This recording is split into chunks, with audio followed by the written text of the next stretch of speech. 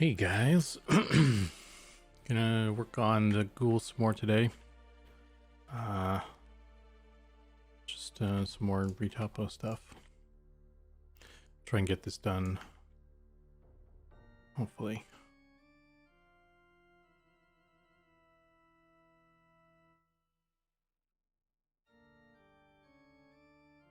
I also I have I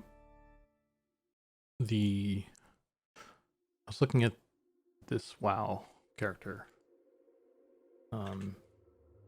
as like reference for topology and stuff, because it's a good representation, I think, of how to do some good stuff with everything. So so there's six edges there, so that's what I would probably want to do as well.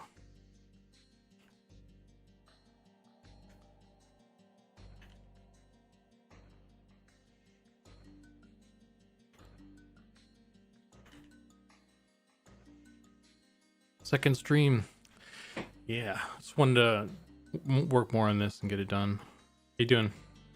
How's your Saturday, Ishutari?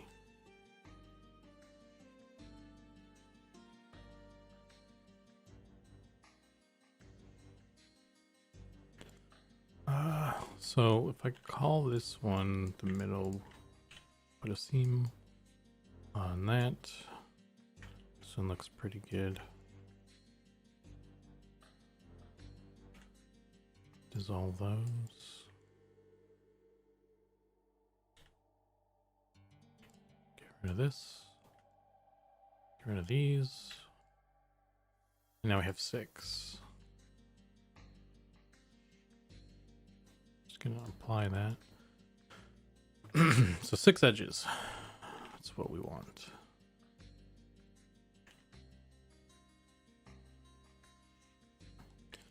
And not need all of these.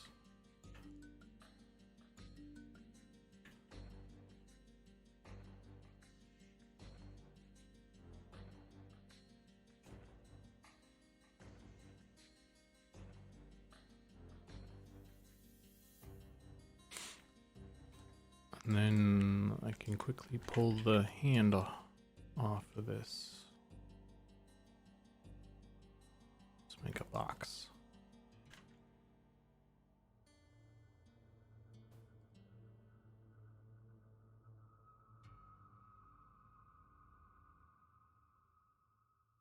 Connect.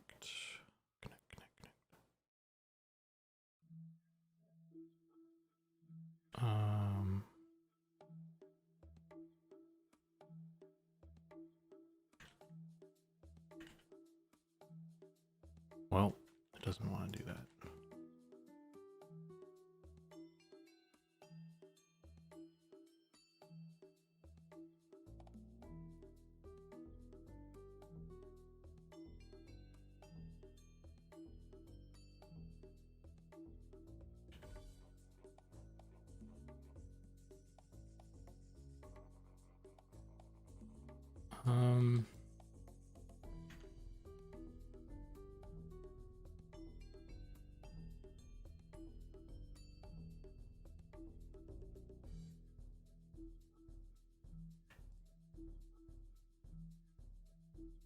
Need to be wider, maybe.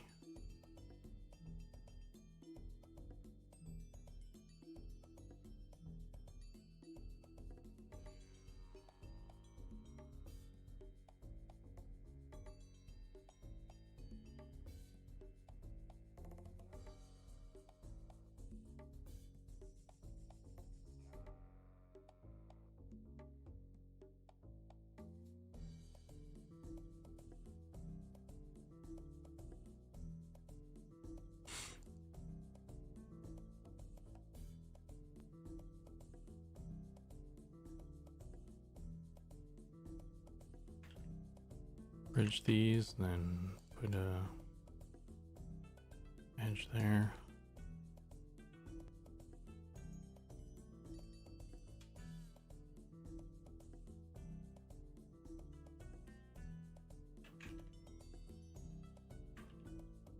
don't want to bit there.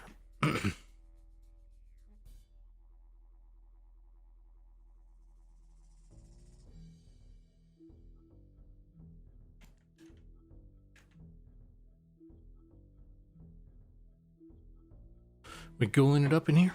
Yes, we are. More ghoul action.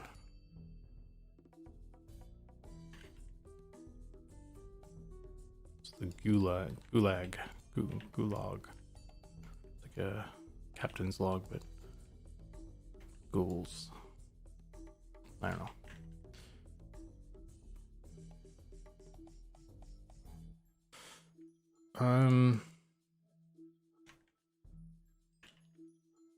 Do I want to try and do anything special with the thumb? I don't think so. I think I'll just have it come out in a reasonable way, and we'll just bake everything. Because the way I'm planning on doing this, the geometry doesn't have to match up 100% with the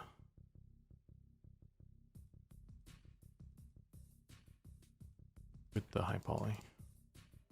I mean, that's what I want to make sure I test, at least, because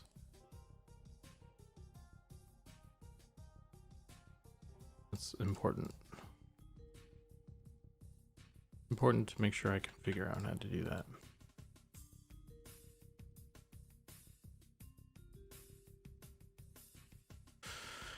Hey John, it's going good. I got some food in me,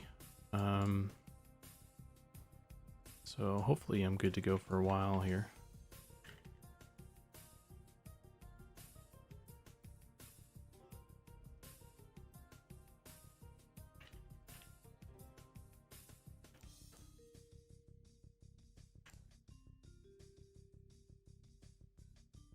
Okay. Simple shapes. I was also going to look at how this was done. The chest is a whole thing. I was trying to, like, because I know this, there's like a diagonal kind of coming from the shoulder like that. There's like a whole sort of big square shape on the chest there, which I was trying to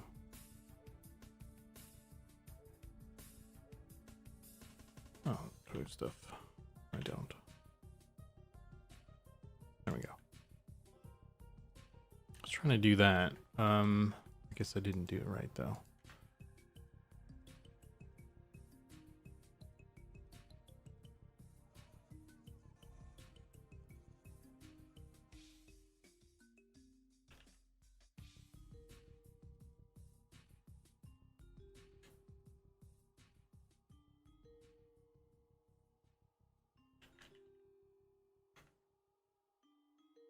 Me shrink wrap.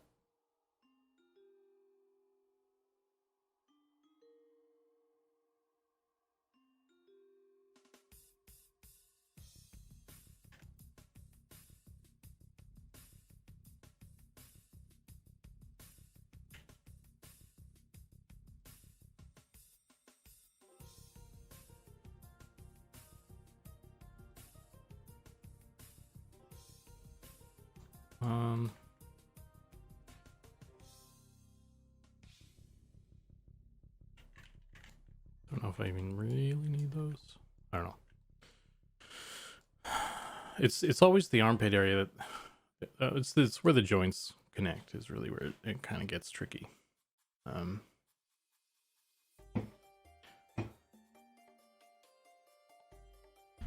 Sekoj. How you doing? Thanks for hopping in.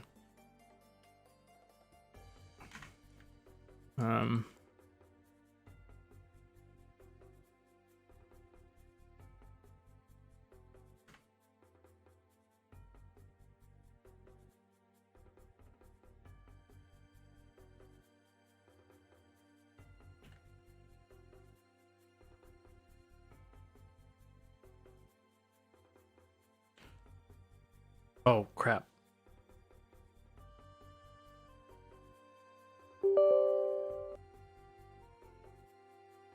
Forgot to turn on my thing.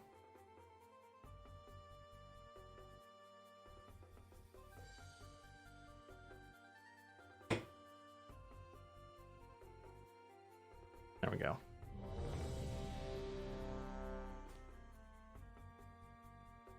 Actually never get to see your streams live since you're non-EU friendly times. Thankful for YouTube.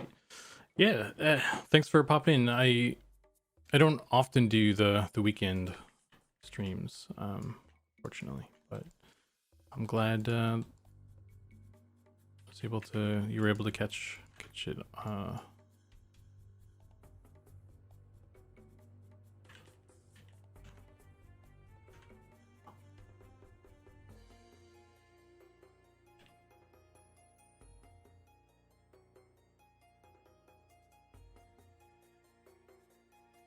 So yeah, I'm in California, so I have to stay up really late, or I have to wake up really early and start streaming. So weekends are good because I can kind of, you know, stream like during the day and stuff. Obviously.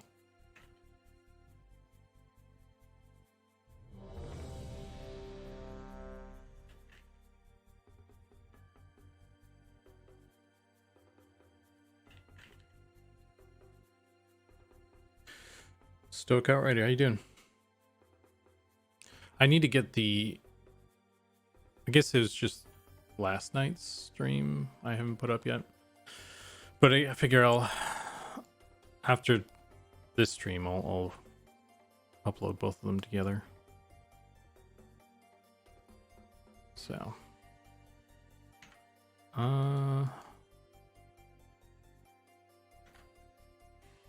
Okay.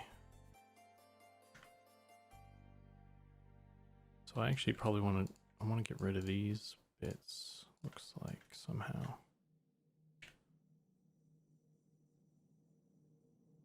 Oops.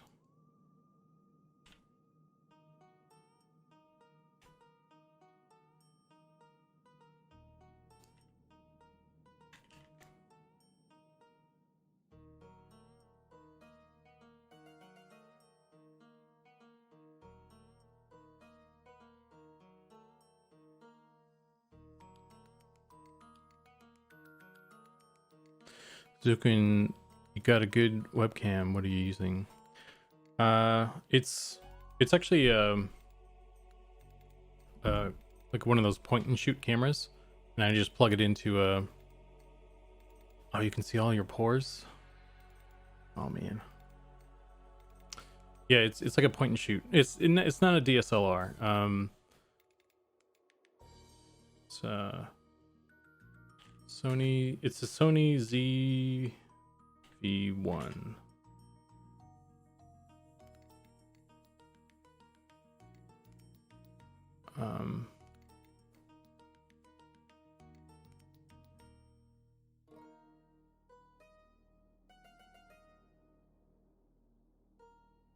So this guy. I can move the dang thing.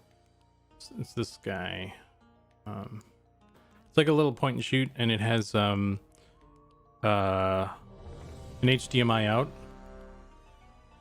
and USB, and you can power it by USB.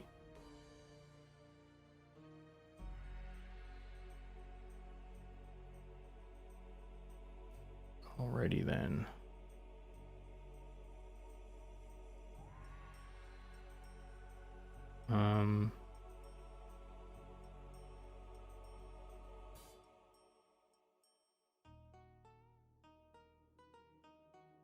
Yeah, so it's pretty cool because like the coolest thing is it being charged by USB, because you can just plug it into your computer to keep it charged.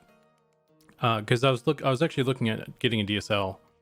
All those, all the fancy streamers have that stuff, but you have to buy like a separate battery for those that like plug, like it's a specific separate battery that is able to be plugged into the wall or something. And I was like, oh, this is all this extra stuff. I don't, you know, but this one is like so simple. It's basically a webcam, you know, at how simple it is.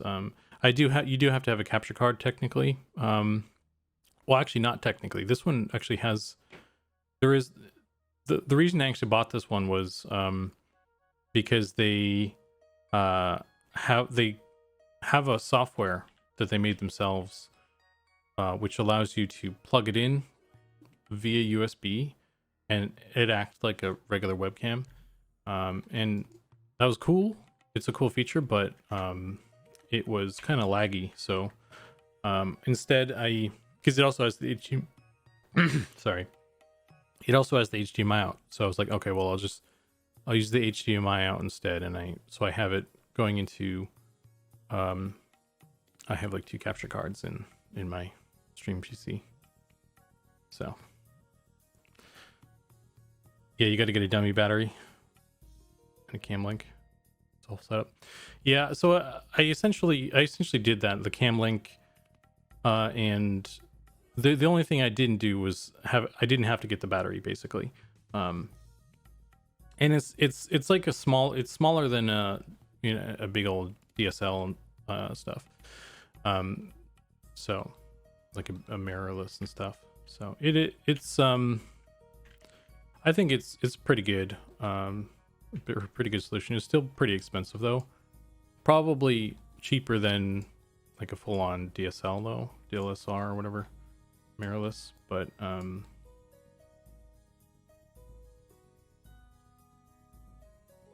yeah, it works pretty well. I'm pretty happy with it. So.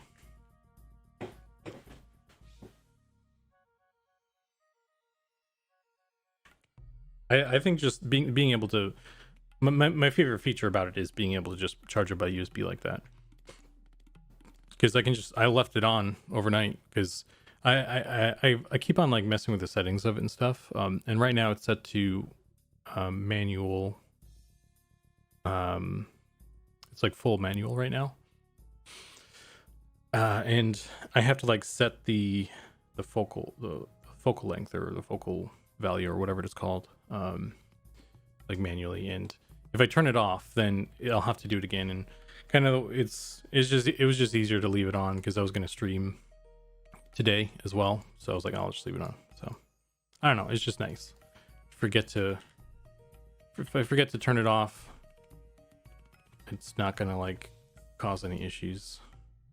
So it's a good little thing. I'm happy with it.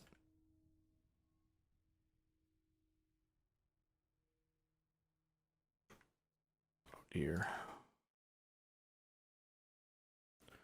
Is the autofocus jacked up? No, it's actually got really good autofocus too. But I don't think I need it. So I turned it off. I've had it on before. There's like a couple different autofocus settings, and one of them I like, because you know that like autofocus thing that where it loses focus and then it tries to re-find your face and stuff, and it like kind of blinks, like if you watch like people with who do like VODs and stuff, or daily blogs or whatever they're called, that little autofocus kind of flicker bugs the hell out of me. And this one doesn't really do it. It's got a pretty good autofocus, but I usually turn off autofocus, generally speaking, to avoid that. So okay, what are we doing over here, Armpit?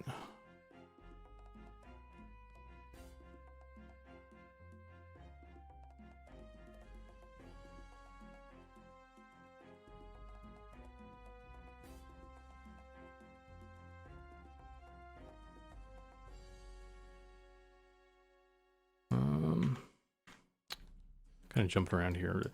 I'm just like, the shoulder is part of the reason why I'm being kind of a stickler with this right now is because I'm testing out some new stuff with this model, essentially, UV wise, and texture wise and stuff, so I'm just trying to like plan it out. I should probably turn the head on, that would be nice. Let's also name stuff, that'd make it easier, huh?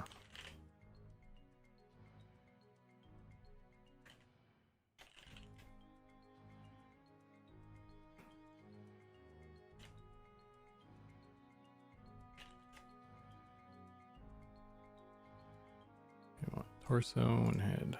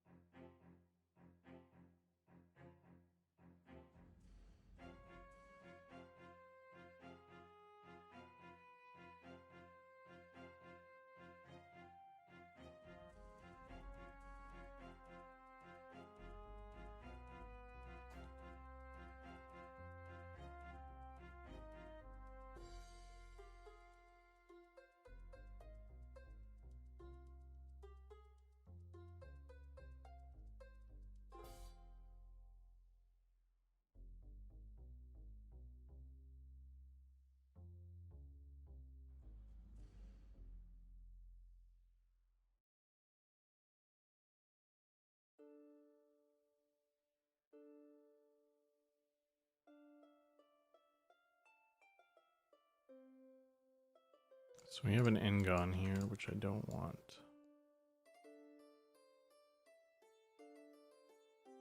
Need to figure out how to clean that up.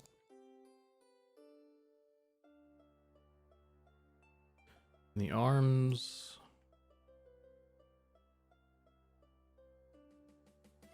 That's 6 points on the arms. I currently have 7 on the shoulder here.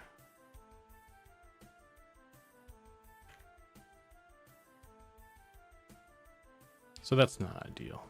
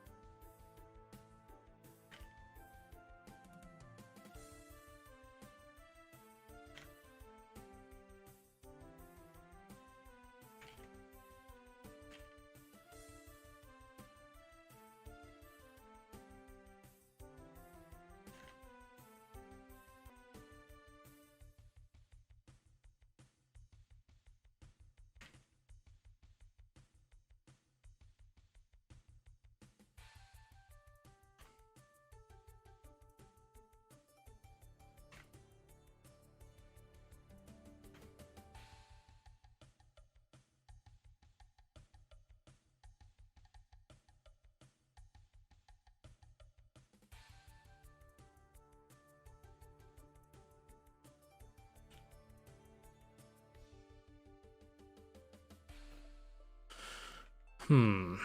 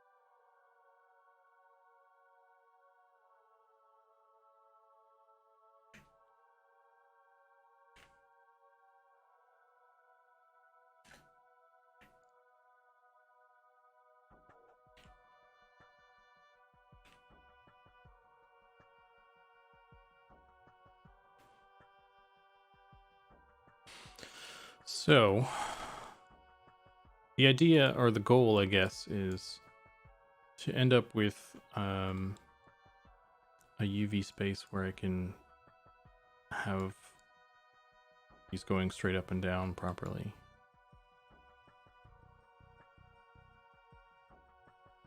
I suppose if I did this, that does not help.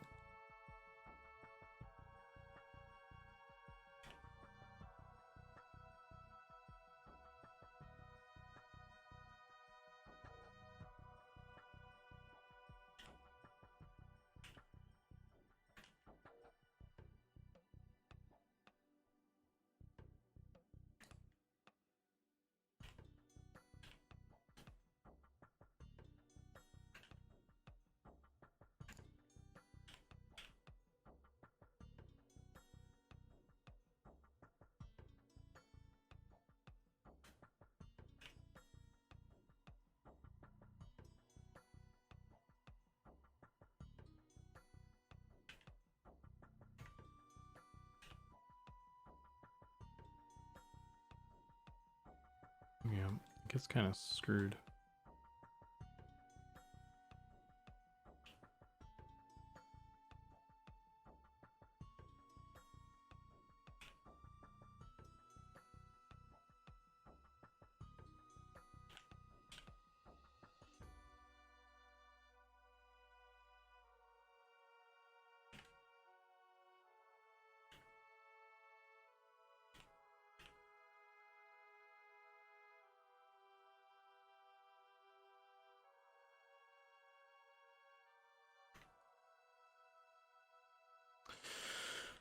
Anyway, that'll change anyway.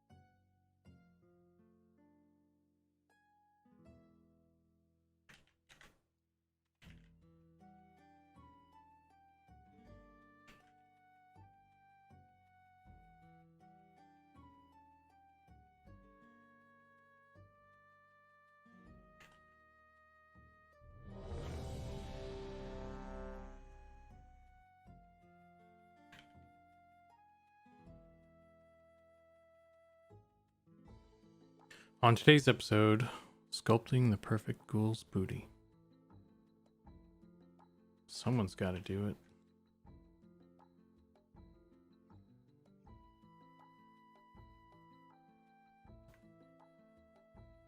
It's a dirty job. Someone's got to do it.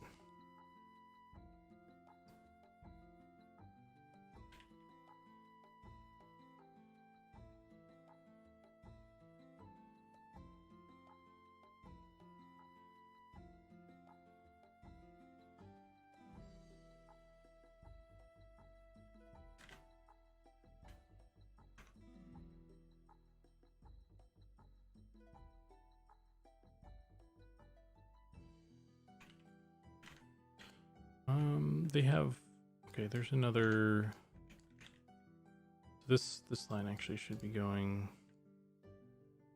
let me redo this.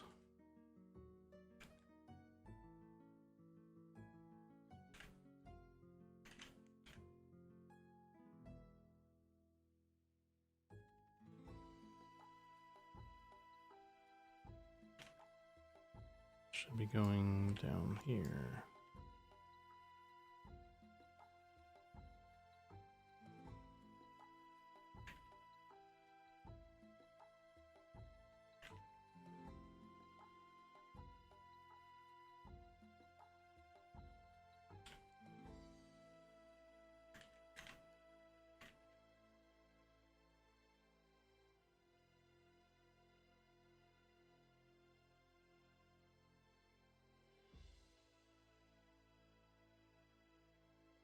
Yeah, but when you win the gamer award for best ghoul booty in a persistent world, it'll be worth it. Yeah, that's why I got into doing games.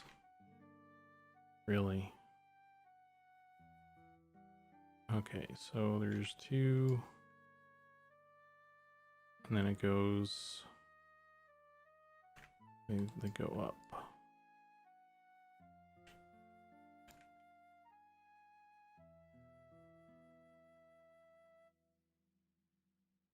It's going up like this. Cupping the booty. Proper support and such.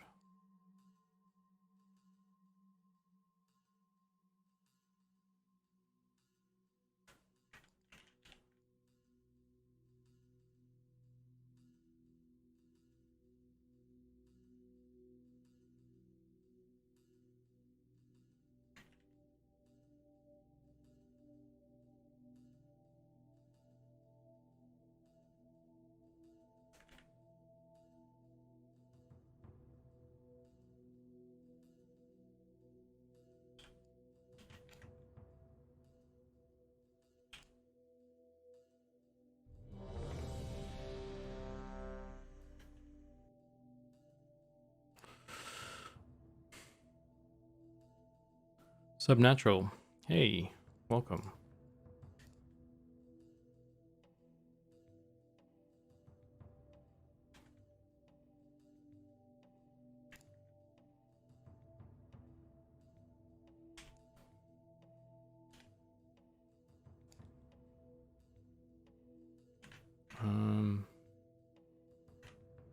That one just like, so this one it's actually a triangle that goes up like that. Like this or something.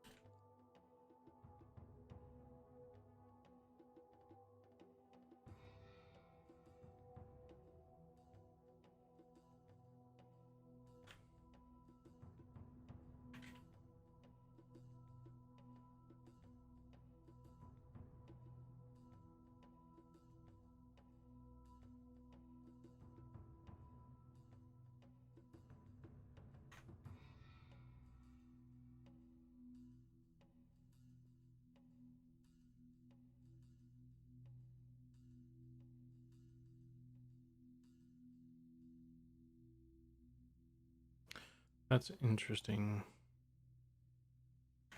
So this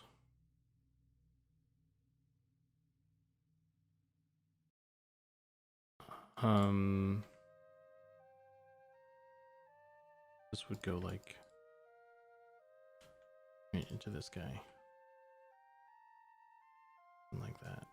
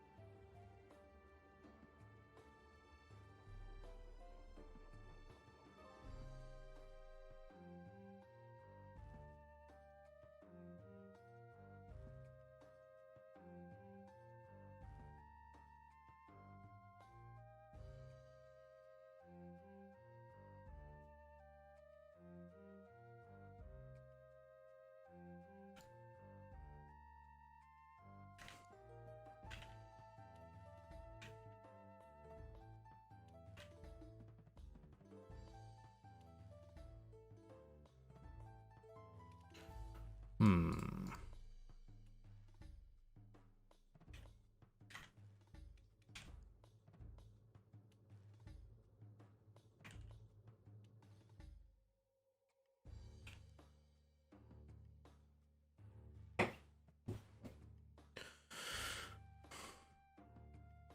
Missed the last live stream, but I love the Skelly demo stuff. Made me super hyped. Bronze helmet looked awesome. Hey, organic cacao, welcome. Yeah, the skeleton having those attachments and stuff is really fun. I'm glad. I'm really happy with, pleased with those.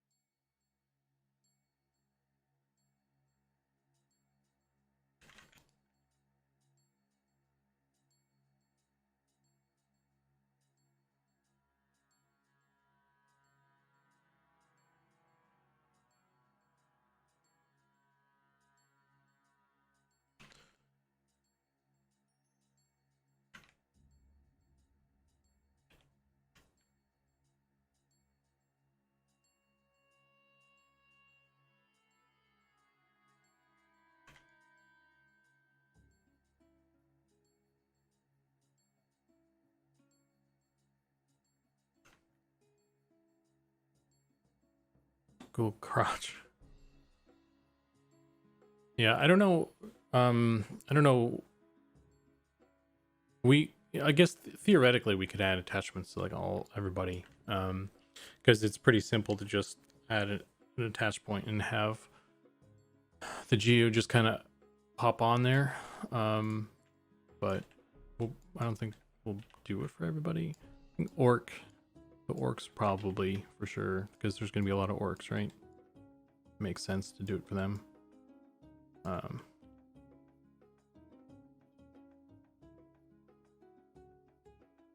And skeletons, obviously. But,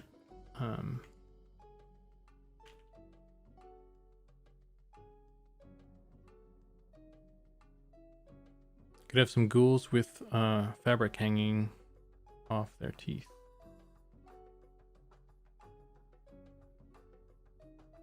Maybe.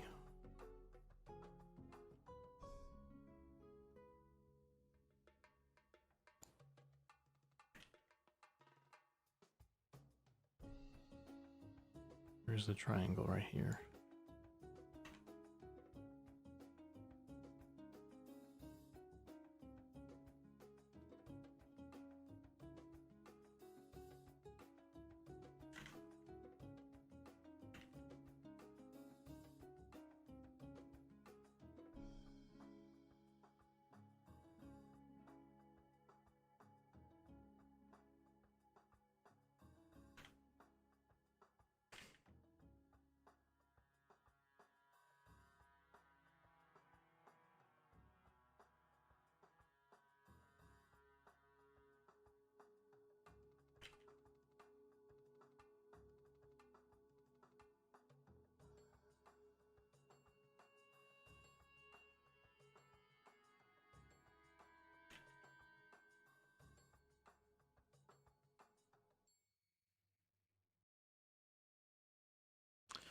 Okay, what are we at on this one?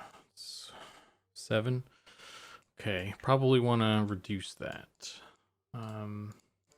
Maybe I can just get rid of this one.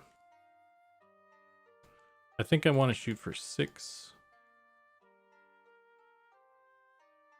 6 on the arms and 6 on the legs. It's probably a safe way to go.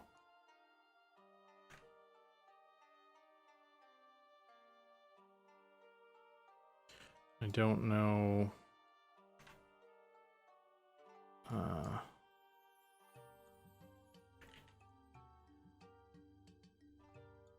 That might work.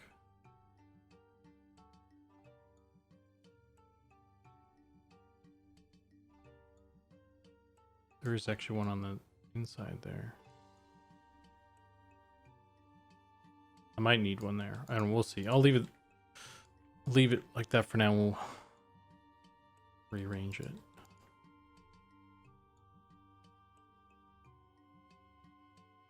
Will the ghouls be clothed with tattered clothing or loincloths?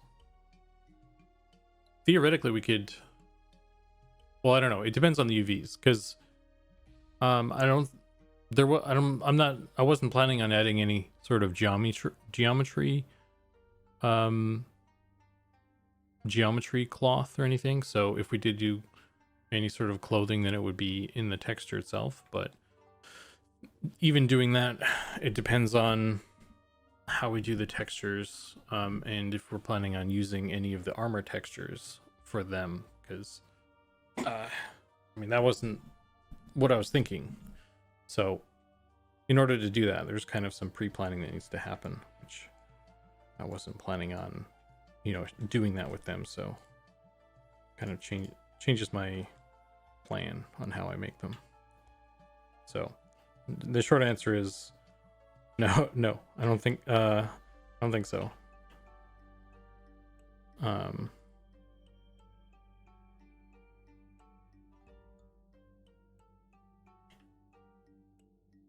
But you'd always change it.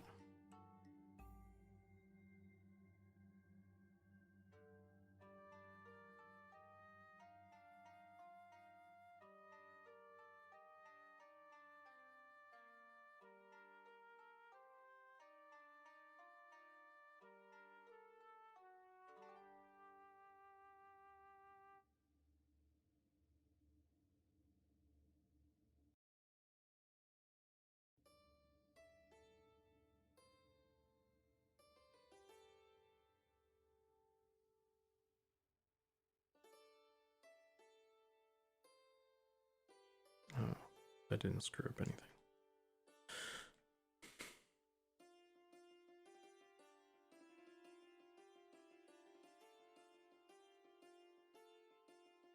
I'm just gonna do this.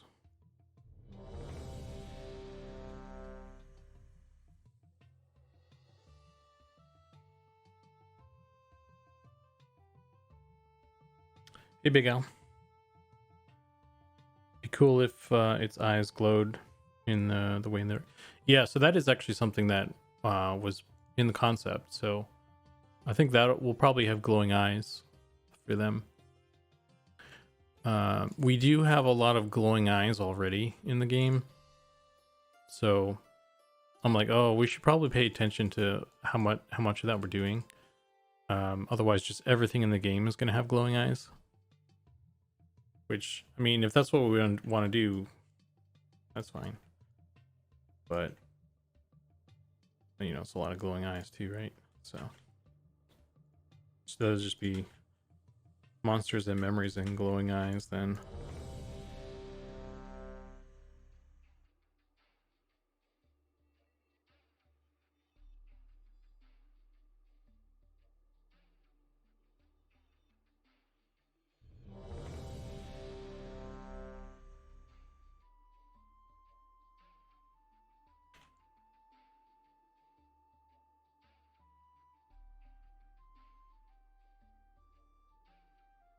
Hey, Stout.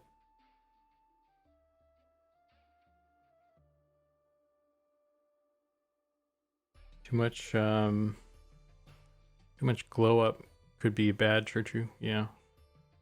Yeah, it'd just be everything, it would lose, I feel like it would lose its cool factor to a degree when Just everything's like that, you know, just becomes mundane.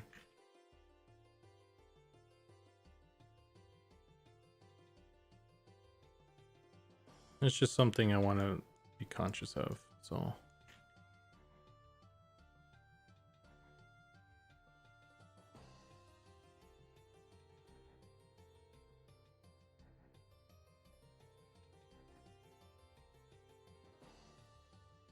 Do I want to do it this way? That doesn't really give me anything, actually.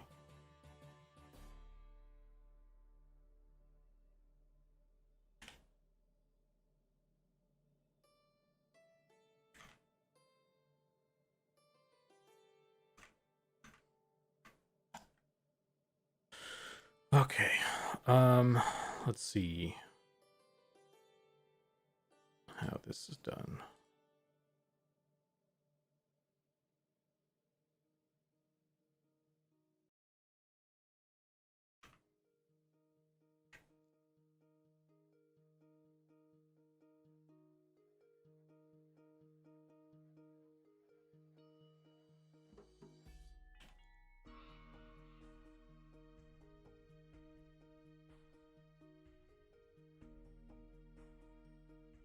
So we just have,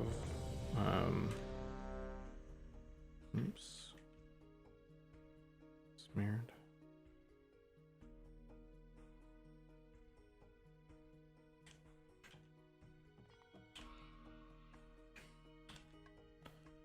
We just have,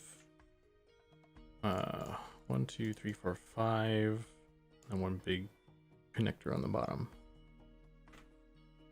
So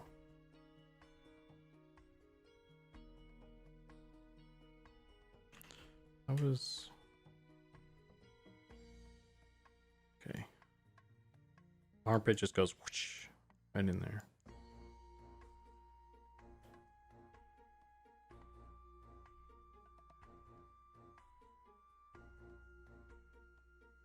Like that.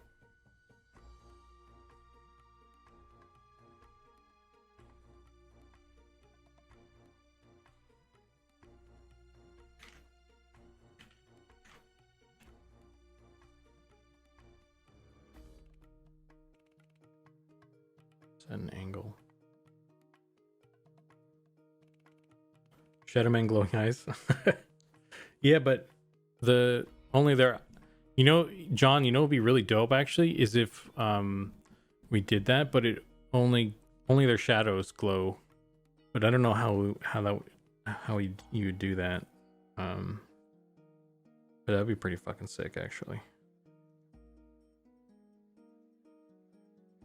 Maybe something in the duller end of the color spectrum. Yeah, like there's different ways of doing it, right? There's an emissive, and then there's actually sticking a light source on there. So right now we have on the fire beetles, or all the beetles, they all have an emissive on their eyes. And the skeletons actually have some sort of light source, I think. It's either that or some sort of emissive that is like there's like more happening there. And I don't remember who else has glowing eyes right now, but like we have those two ways right now. And there was also, we were talking about clockworks. If I can find the chat. Because there's also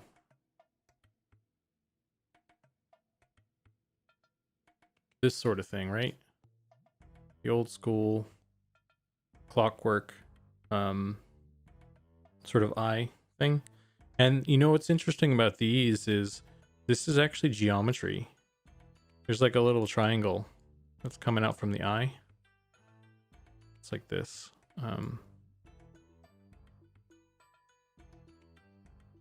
It's the inside there.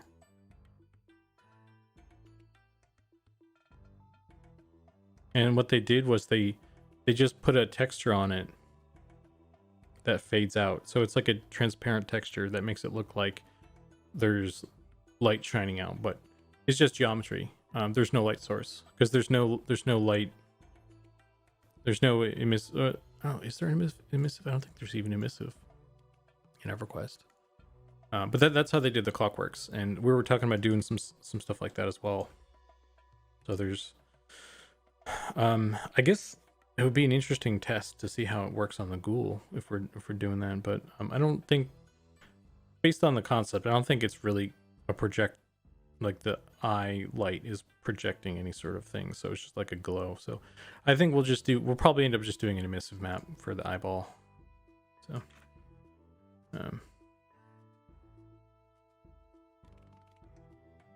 what do I have right now though? 1, 2, 3, 4, 5. So I've got one too many.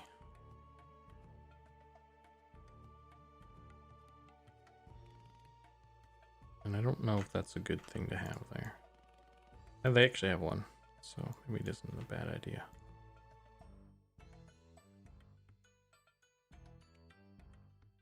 They got 2 on the back.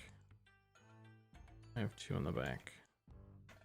So there's 1, 2, 3 on the front, and I have 3. What am I missing here then?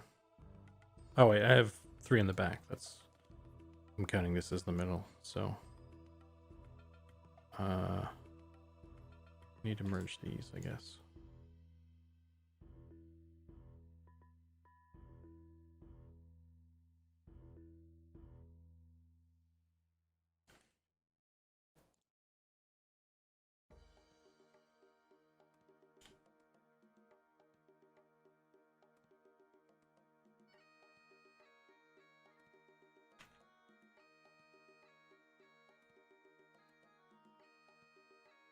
Quick question.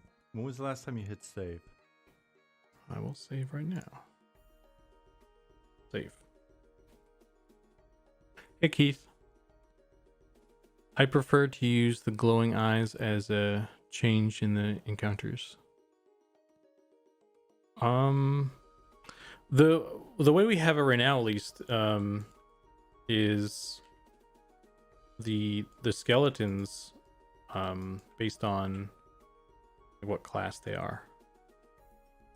They have a different color. So like the cleric skeleton has like white glowing eyes, and the paladin has like yellow or something. And so on.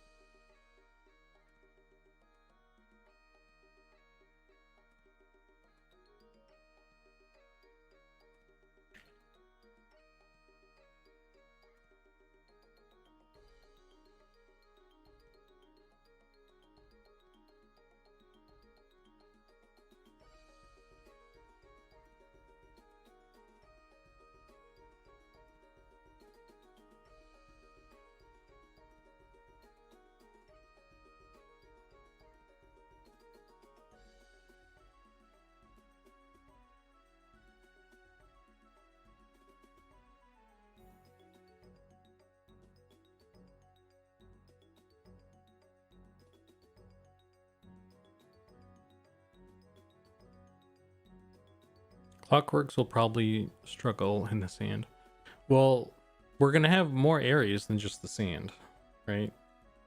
We could stick them in, like right now we do have other zones.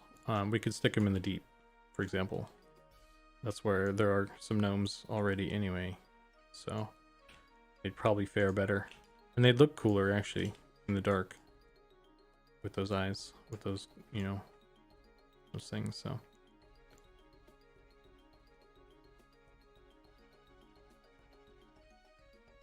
One, 2, 3, 4.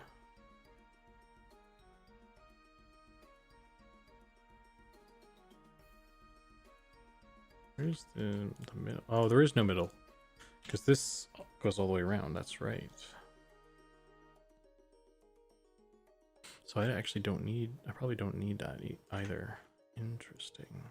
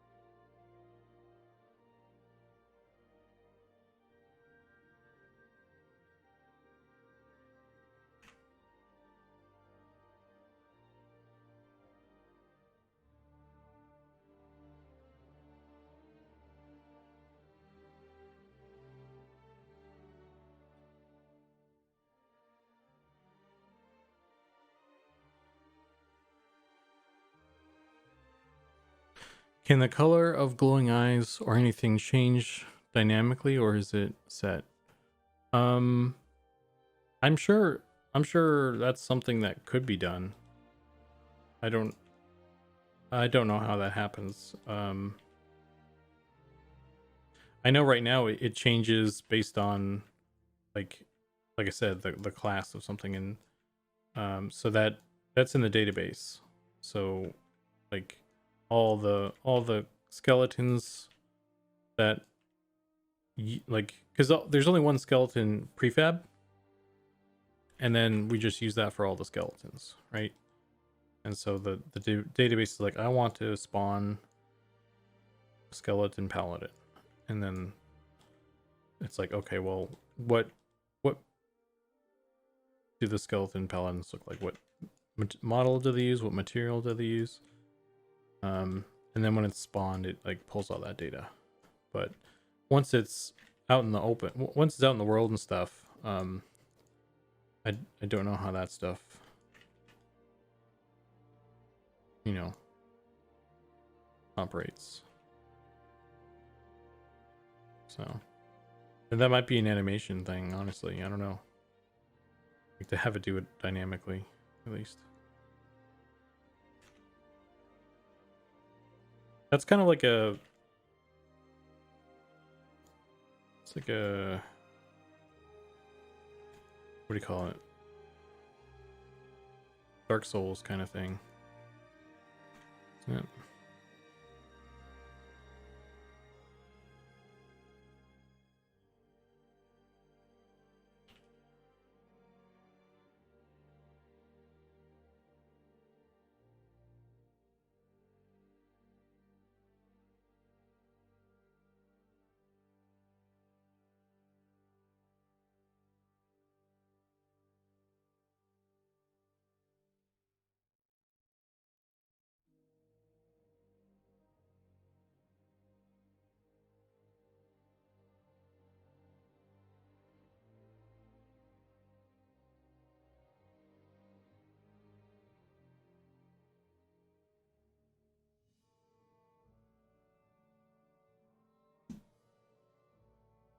If it could be done dynamically, that could open up some interesting possibilities.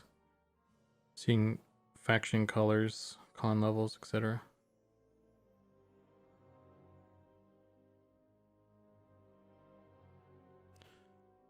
Maybe. Don't know about that.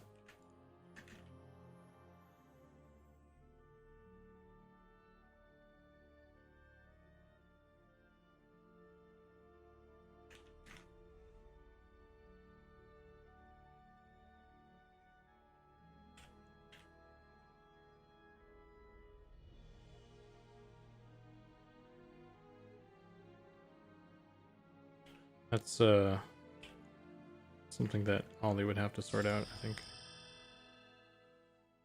Oh, snap. Subnatural passing out 5 tier 1 gift subs. Thanks, man.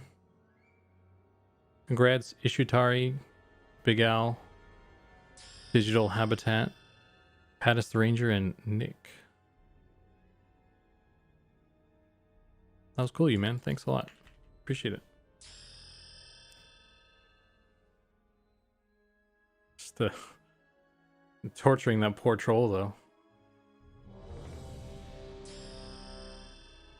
AVGFX, how you doing, man?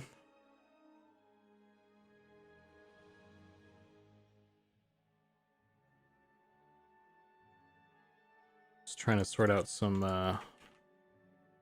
low poly edge flow and stuff.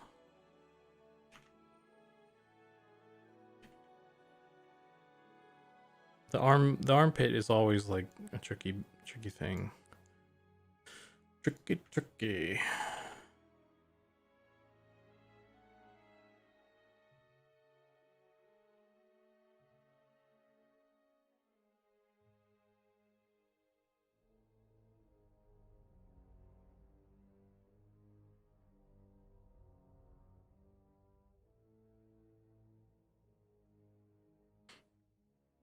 power leveling.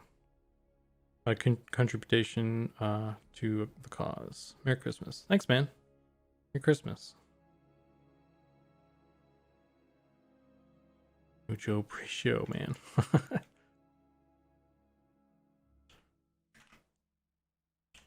Mucho pre-show. That's cool. I might steal that. I do the pre-shans. Pre-shans. That was from Lego Batman.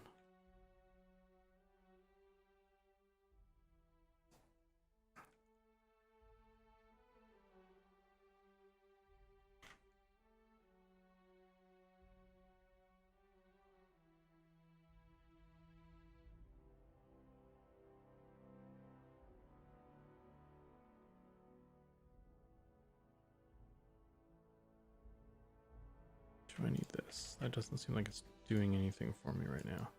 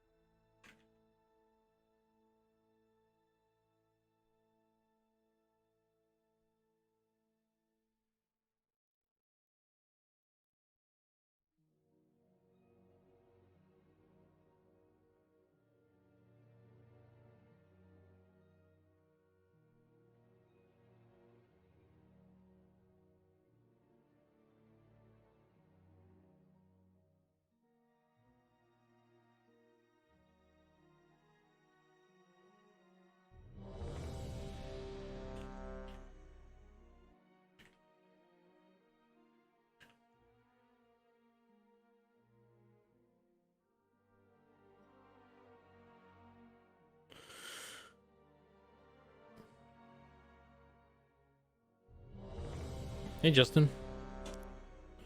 Who else just said something? Did I miss? Did I miss a message? I heard the I don't see any message. Someone delete something.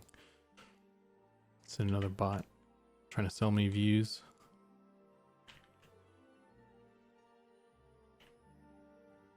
How you doing, Justin? Sounds like you're having a white Christmas over there.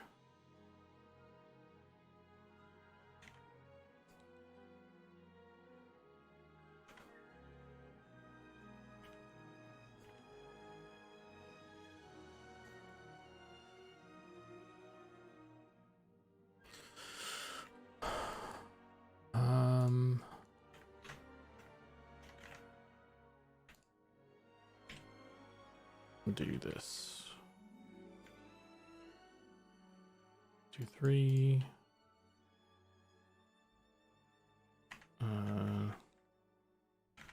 Go down to the waste. Let's just see. We'll see what happens.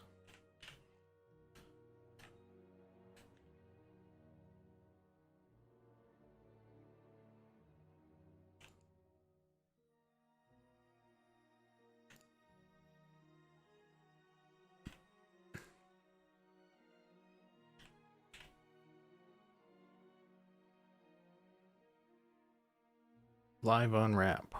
Oh.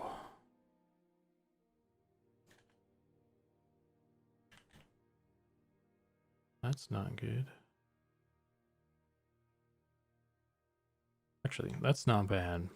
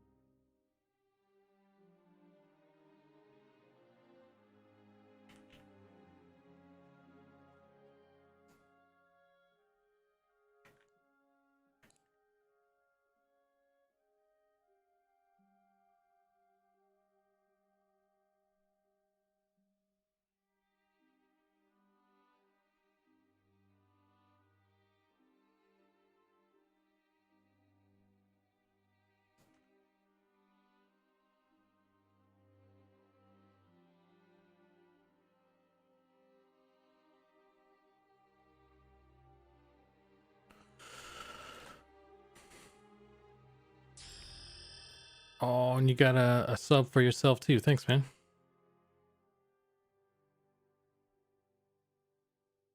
You're at the top of the list now.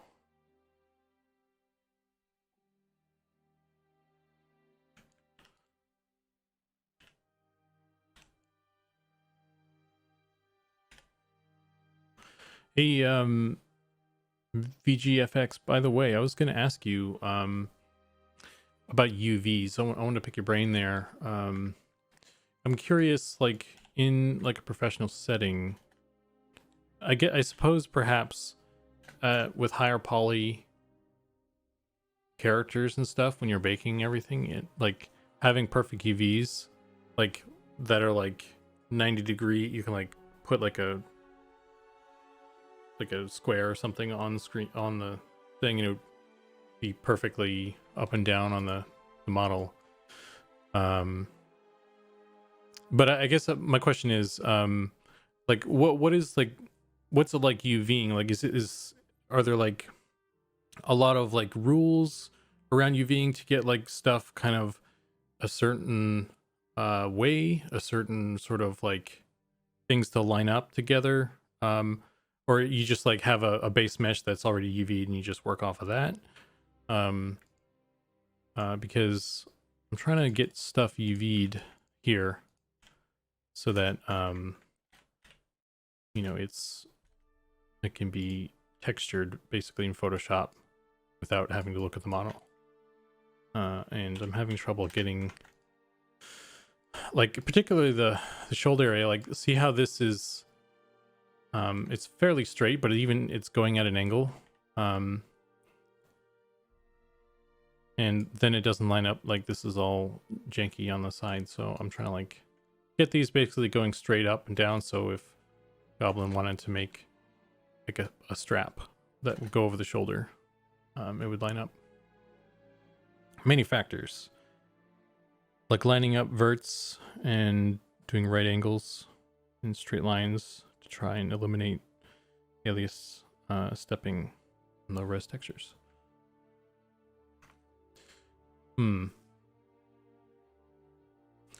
Yeah, I mean, I think that's kind of the goal. That's what we're trying to do essentially. So I'm just like trying to get it to do that. It's just challenging.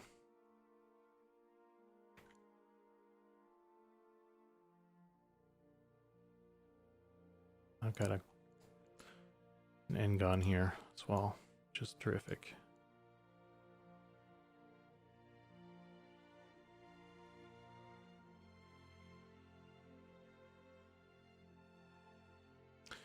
I've pulled up the WoW character as like a reference.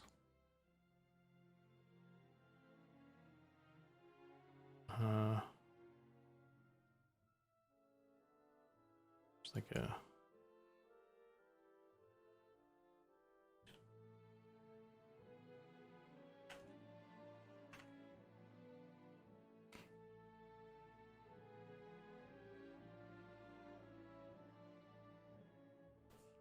if you're going to texture it in a 3D painting software, your UVs can be a little less precise because of projection painting. If you're using lower texture sizes, you want to get the most of it. Well, that's the thing, is like there's not a lot of 3D painting software. Goblin uses Photoshop, and he actually puts the 3D model in Photoshop. But I don't think that's as good as like 3D Coat or even Substance. So I'm just trying to like make it usable for him in his case, I guess.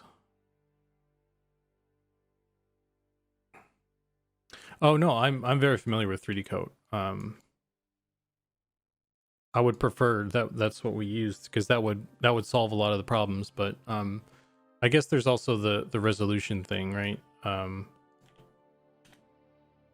which is also a thing. So, what am I trying to do with this? There's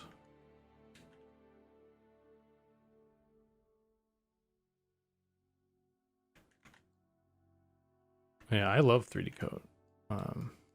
It's fantastic.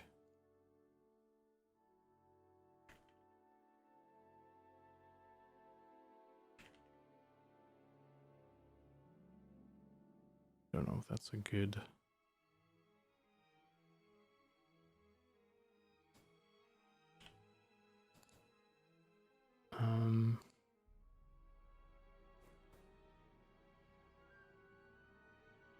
Select by sides. Okay, we still got this bad boy. Maybe I can just do this and it'll be fine.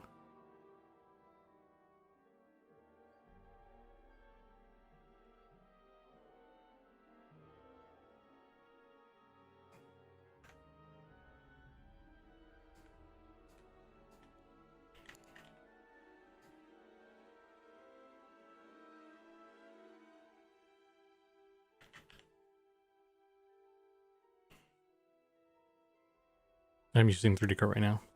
Yeah, I think it's fantastic. Yeah, it's great to like, because you can line that stuff up and still, you know, use Photoshop stuff. Like, yeah, I'm trying to get like Goblin to pick it up because I think it would be a really good tool for him. But yeah, I'm just trying to make the UVs as good as we can and get them as well. It's just tricky with low poly stuff because even if you have like a flat surface, right? Like this is, I don't know, maybe that's not the best. It's pretty flat quad, but like, you know, it's still getting messed up. So I don't know if like, I mean, do I just need to add triangles to stuff? That's what I've been doing in some places.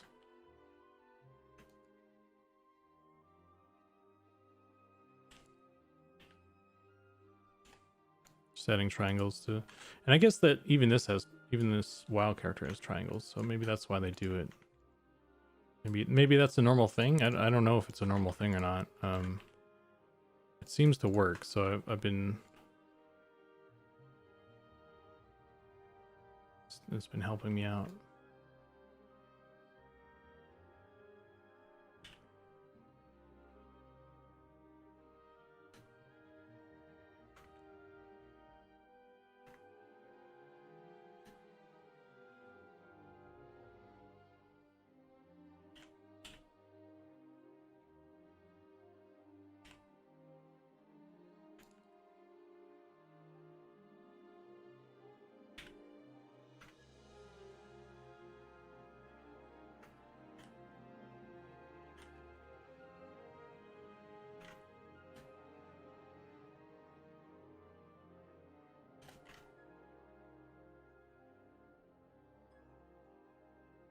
Yeah. Loose good. And adding that seam up along the side from the armpit all the way down will let you plastic project from back to front. If that's a WoW model, for reference, you'll be able to trace a full loop around the center, nearly slice the model front to back. Yeah, I don't know if the texture's still in here. I had some, maybe it's not.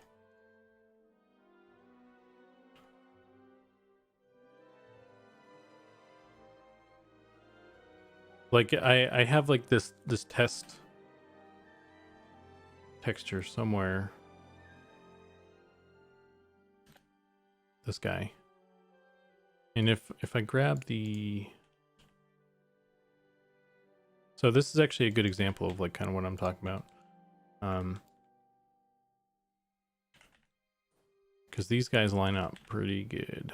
Actually, no, it doesn't. It doesn't line up. If you squish down a little bit, it does actually. But like I guess another thing I was working on was it looks pretty good all the way up and down like this, all the way around, which is nice. So I'm just trying to like get shit to look pretty consistent, I guess, all the way around, because I keep getting like little bits of the UV and stuff all stretched out, and you know, I don't know if it's like I'm just like not good enough with it, or it's just it is really this hard, because yeah, so it's tricky stuff.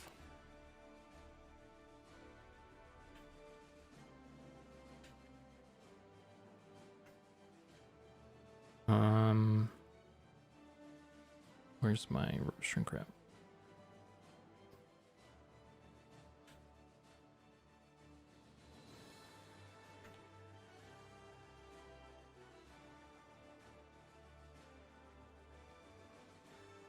It's really hard. UVs have the least amount of quality of life tools, it seems to. It's an art unto itself. Yeah, it's... You'd think there would be a lot of tools to help people UV stuff, because everyone always complains about UVing stuff, right?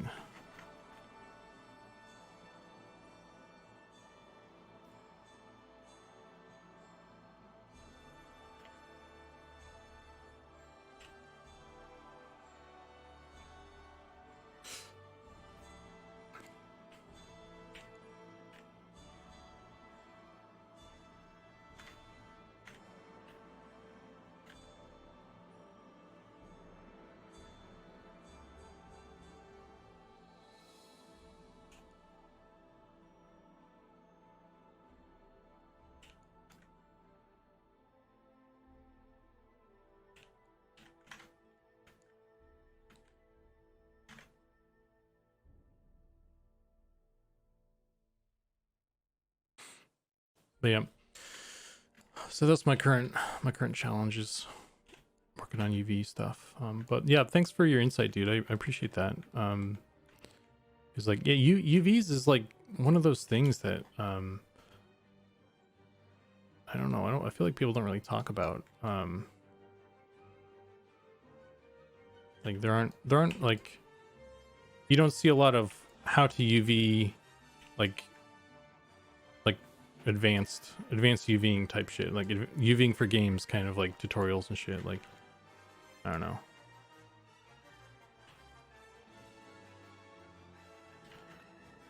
know. Maybe, yeah. It's probably such a specific thing, like based on what you're working on. Maybe it doesn't really make a difference. I don't know.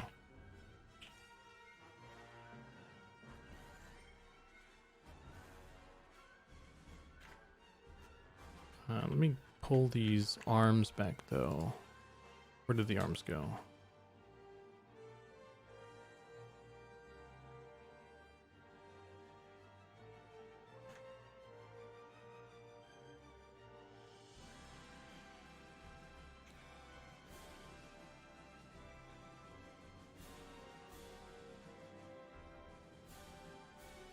Well, you're doing an atlas and a very specific style for your character system. Yeah. Yeah, see, so that's the thing, that it's like kind of getting like every game will do a character system differently depending on what their needs are. Yeah. So like that's the thing I'm like a little bit worried about, is the fact that we're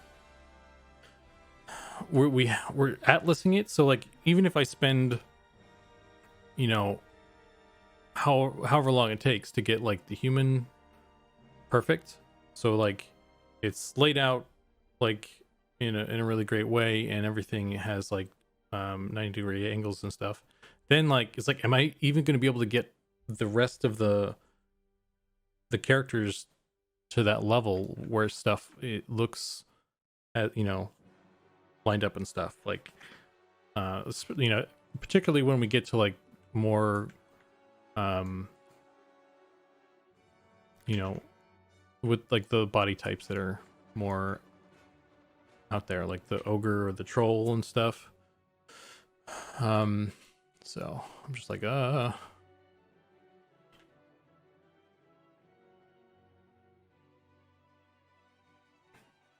think you guys may actually be getting a little too granular looking at the layers you sent me. Separating highlights and stuff. Yeah. Extreme stretching on gnomes, skinny characters. Yeah. It depends on what the stretching looks like though. I guess. I really want to try and avoid it as much as I can, but I know it's inevitable. But there's also like there's kind of a tolerance, right? Like a certain level of acceptable in my opinion. So there's acceptable, and then there's like, well, then we need to try and fix that kind of thing. But yeah, so actually after we talked to you, we had a bunch of conversations about that stuff, and I was advocating for like kind of condensing stuff a little bit more. So that's what we're kind of working towards, trying to consolidate some stuff so that we don't have all these like a whole layer just for highlights for a thing like that, because we're doing that for armor as well, and it was just getting, I think it was getting too much, but I think the reason we wound up with that stuff was because we didn't really realize that we could get away with just putting that in the what do you call it, in the base by itself. So now we're kind of pumping up the contrast a little bit more, so there's more kind of AO kind of baked into the base layers of things, and I was trying to get some color into the I did some tests where I painted in some color, so we can get away with some color for things as well, I think, if we wanted to, but we're still doing, yeah. So basically the conversation with you helped out a lot, with kind of reevaluating where we were at with stuff. So we made some progress, I think, which is good. Have you considered using gradient maps?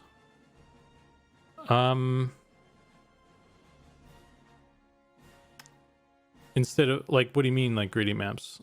Like painting it grayscale and then doing gradient map and then exporting it with the color on it? Or is that like an actual map that you import?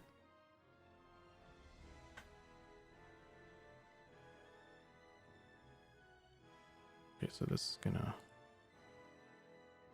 because that's actually how I when I did the fire beetle and stuff, I actually sculpted him out, and then I baked that to I baked out the normal, and I used the normal as a base for the diffuse map, and I threw a gradient layer over that as like a coloring thing. So that the beetles are actually not set up in the same way that at least the characters in armor are. You could probably get your material to tint in engine on top of your black and white. Well, that's what it's doing right now, though, right? Because if I'm understanding you correctly, anyway. Sorry about that, chat. I was just talking with one of the guys there, VGFX from chat and the community. He's like a legit character artist working in the industry, and he's got some awesome nuggets of knowledge, so I didn't want to turn down the opportunity to mine some more gold nuggets of knowledge. But yeah, so what today, like I said, we're working on trying to finish up this ghoul. I have this this version, I sculpted in ZBrush, and I'm working on the low poly version right now, and then I'm gonna UV it and bake the detail from the high poly version down to the low poly version, and basically kind of do what we were just talking about with and you know, have the base kind of grayscale and add color to it through the gradient maps and stuff, and see how cool we can get it. And I'm hoping to kind of get all that sorted today. We got some time still. How you doing, Ray? How you doing, Drops? I saw your message. You packed the roughness, occlusion, and metal map into one texture, all in the grayscale. That's you have the, do you have like the color, the diffuse in like the RGB, and then those metalness and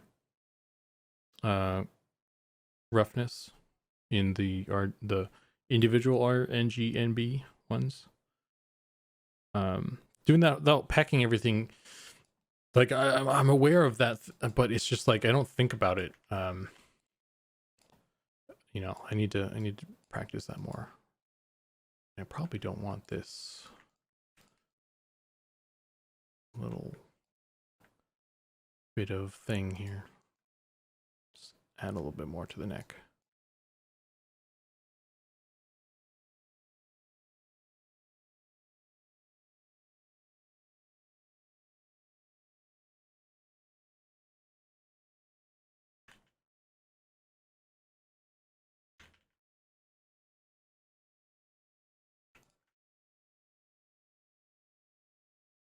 Knowledge is power. Do you bake in Blender or Substance? I prefer to bake in Marmoset, actually. That's my preferred. Believe it or not. It's got it's really nice because it has like it'll make a cage for you if you don't want to make your own, which I find very nice.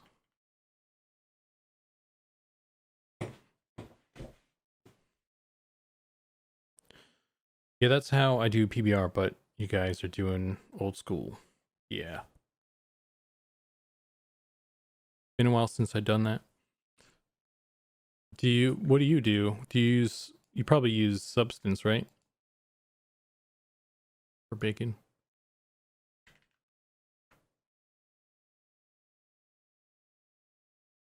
Let's get some music back. Holy shit, that was loud. I apologize. I turned it up for the call, but I usually have the music lower. Just blew everyone's ears out. My bad, Mario. That's on me.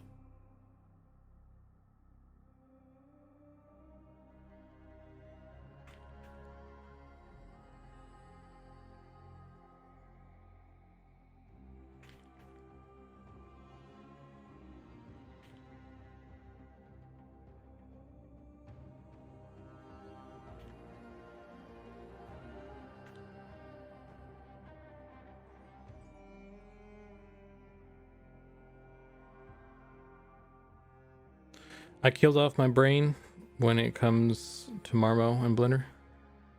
I need to relearn those. Yeah, I'm kind of, that's where I'm at with like Maya. I haven't even like glanced at Maya in forever. And if I were to like thrown into having to use it, I'd be like,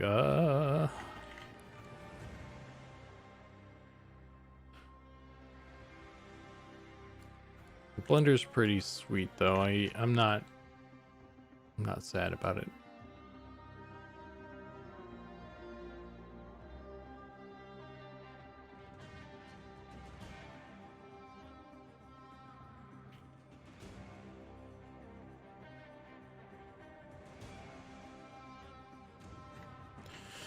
Okay.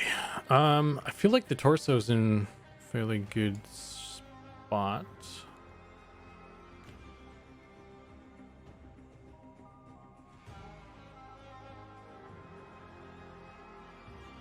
Blender is better, and I have been using Maya for 4 years at work. Blender just has better shortcuts and mods. Yeah. I don't know. It's something about the last time I hopped back to Maya, I was like, man, this feels clunky. Like just switching to like edit mode and stuff felt like clunky and stuff. I'm like, ah, man. I could have sworn like, cause like I have tab as my switching to edit mode button. Isn't that a thing in Maya, or am I mistaken? Because I feel like last time I was in Maya, I couldn't tab to open edit mode. I had to like do that. I had to hold down right click and open that wheel menu to like go into edit mode, and I was like, man, this fucking sucks. But I don't know if it's just like a hotkeys thing that I could have just set.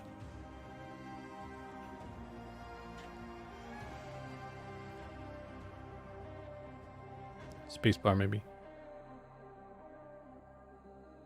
I switched from 3ds Max to Blender. Now I've been on a long pause, so I have to relearn my hotkeys. Yeah, man, it's rough. So, like if you take a break from stuff, that muscle memory will get you.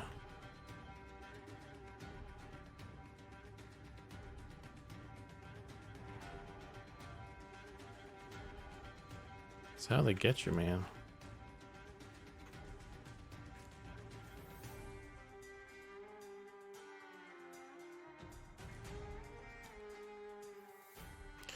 Okay, so this is connected. I think I just need to do the legs now, and we're probably good.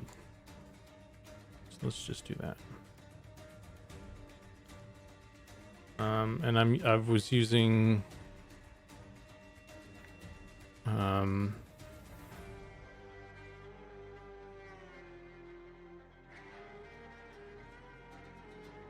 what was I using? I was looking at this. I have this World of Warcraft character that I've been using as reference. So it's good to, I like counting see how many verts they have around like the limbs and stuff. Like I think it's just, oh, this one's 7 actually, but I don't know if that's all the way down. I think it's they've been doing 6 around stuff. 6 points, 6 or 7 looks like. They kind of add some here and there. So I have 6 right now, but maybe I could do 7. Maybe I'll, since they had 7, because there was one in the middle here that I removed, but I think I'll want it and need it. So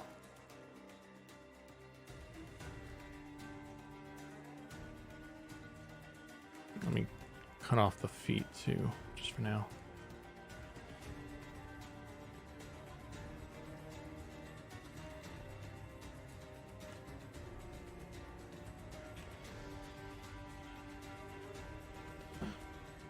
Spacebar maybe? Spacebar, doesn't spacebar do like the four screens thing? I don't know, man. It's been so long. I can't even tell you. Maybe I'm confusing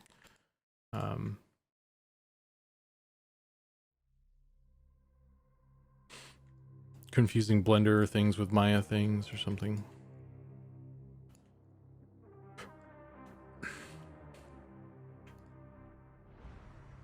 It's 8.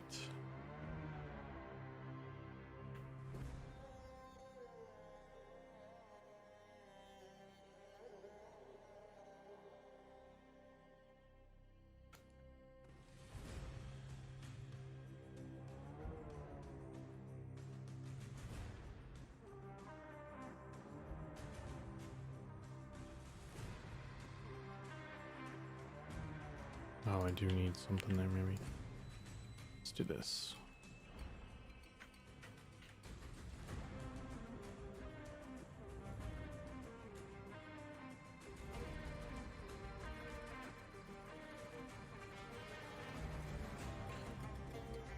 What is your favorite part of 3D? Since you have sculpt in your name, I think that's number one. What's number two?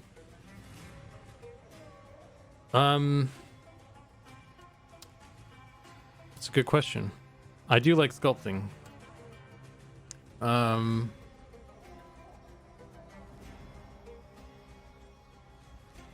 don't know. I guess like texturing stuff. Like after you bake and you have like some stuff to throw on, like and you can start adding color. That's always that's very rewarding, I guess, when you start seeing the thing you've been working on in color. Finally, you know.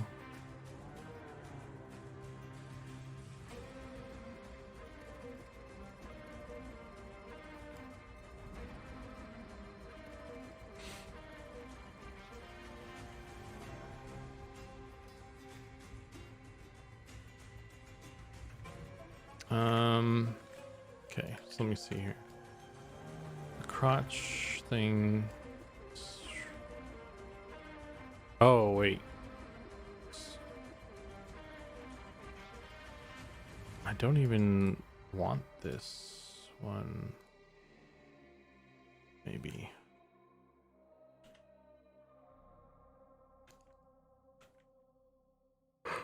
Ugh. But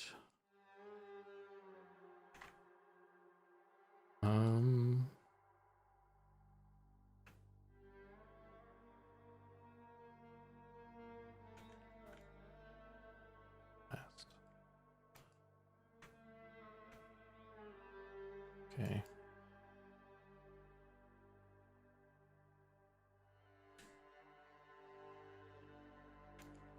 Yeah, even just getting like a normal map on the thing it's really interesting and fun, you know.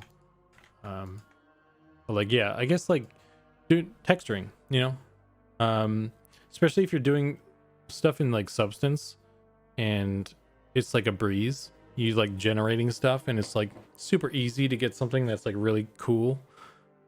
That's really fun. I don't get to that stage very much though. Because I noodle too damn much in ZBrush and I never like finish sculpting something.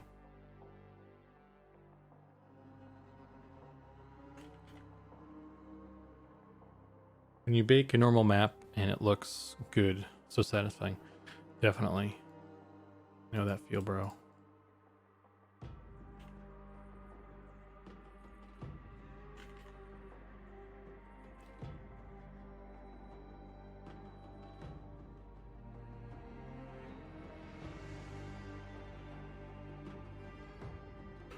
Ugh.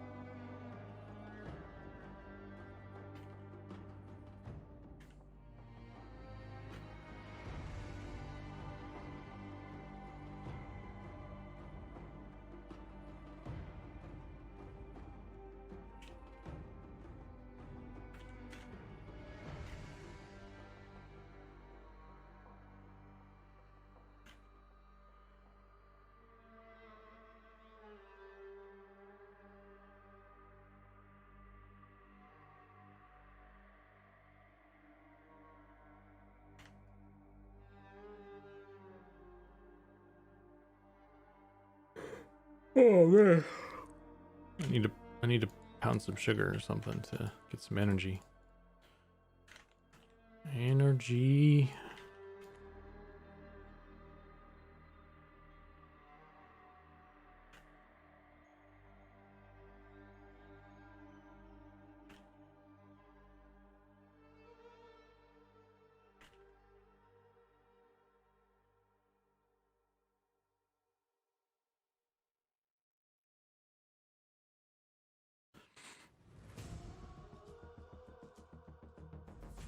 You know what I was working with for a while, but I stopped.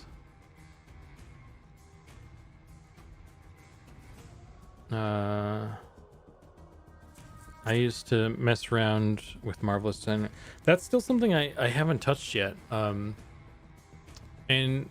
yeah, I need to like mess with that. I found like a good tutorial on it too, like a good beginner's guide. I just still haven't really had a need to jump into it yet. I think I was like I was gonna wait until I had something, you know, that I like a project that I needed to use it for specifically, and then do one of those 30-day free trials on it and try and do it that way.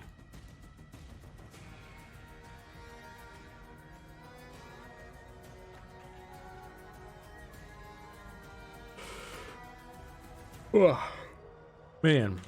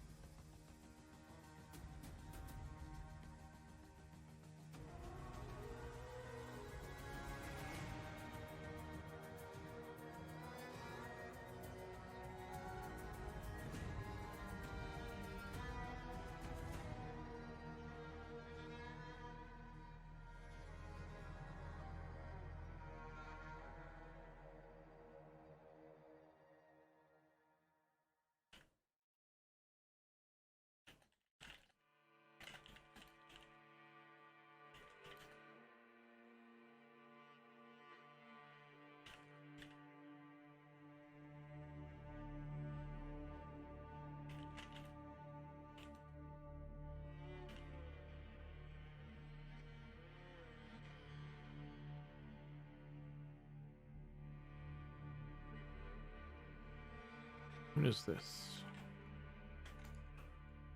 Pull that down. This looks pretty decent like already as it is. I don't think I need to do too much.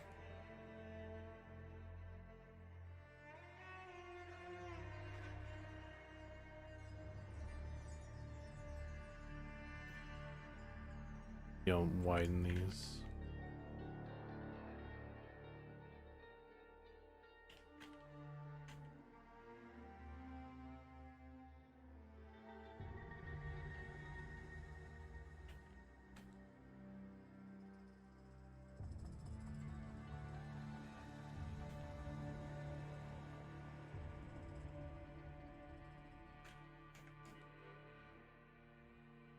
Oh.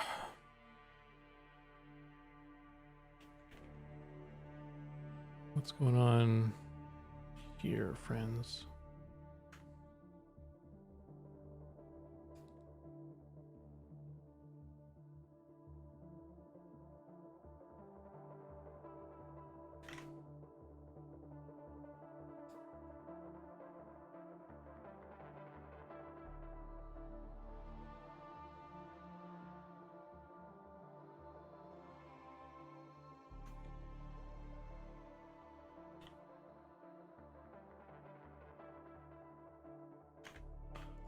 How did they merge stuff? Because that was one thing it didn't. Interesting.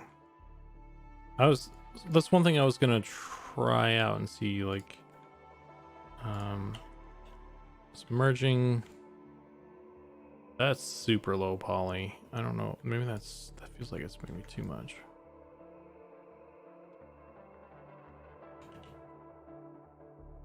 I don't know.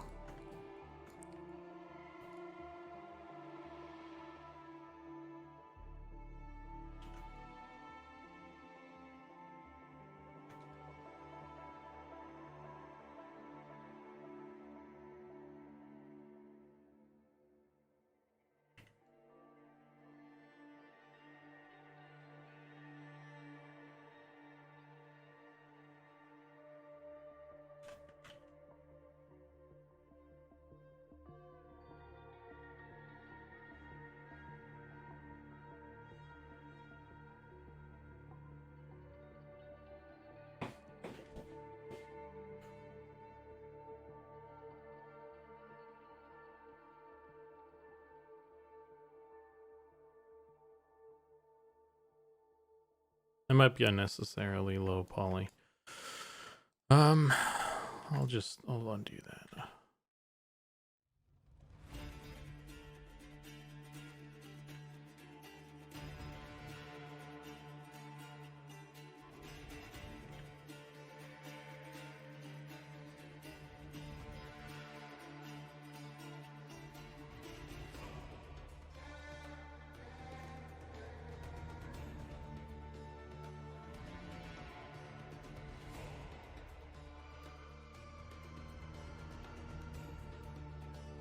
Have you guys set poly vertex budgets for monsters?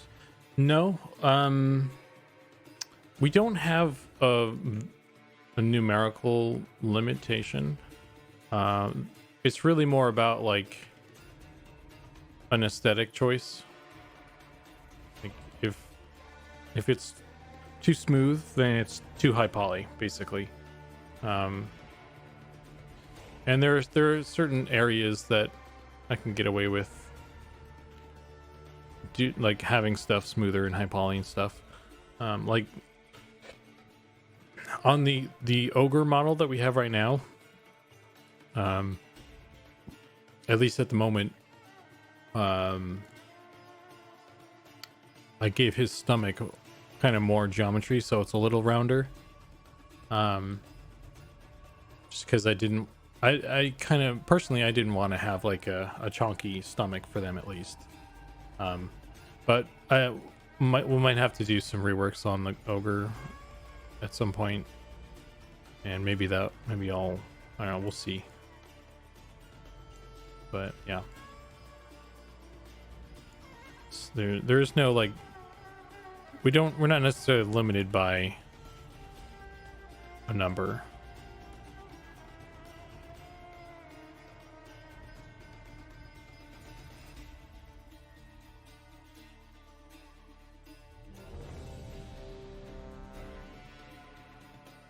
Do you first focus on creating the proper shape, and once you're happy, you adjust the topology?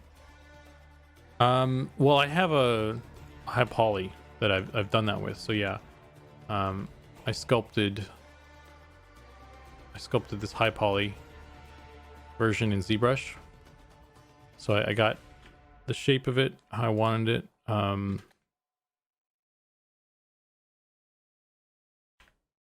And then I'm using that as a base to make the low poly off of. And then I'm able to also use that as a means to create the start of the texture map.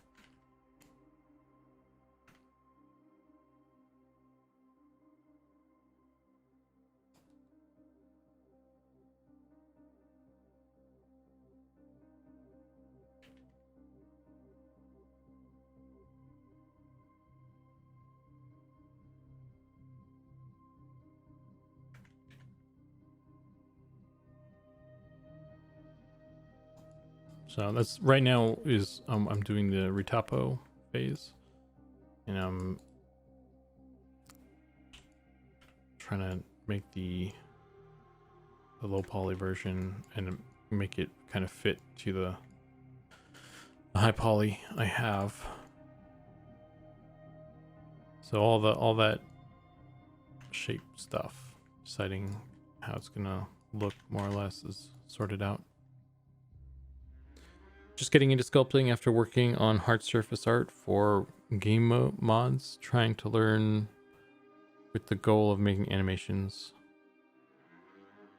Yeah, man. So I don't know the extent of the hard surface stuff you've done, but yeah, I mean, I would mention like how, depending on what your workflow was for that stuff, it's pretty similar to how at least I know some hard surface guys make stuff. They make the high poly and then they use that to bake down the the detail onto the low poly, so they get those nice sharp edges and stuff.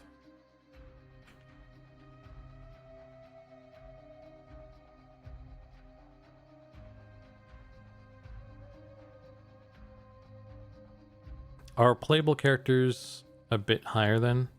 Also, did you model any of the playable characters? Yeah, I modeled all the characters except for the only one I didn't do was the crocodile, but I modeled everything else. Although the human male technically was made by somebody else before I showed up on the team. But I kind of I messed with that so that it was a little bit better, a little more towards what we were trying to do. But I think I would like to do another pass on that. So I think I'm probably gonna kind of redo the human from the ground up at some point.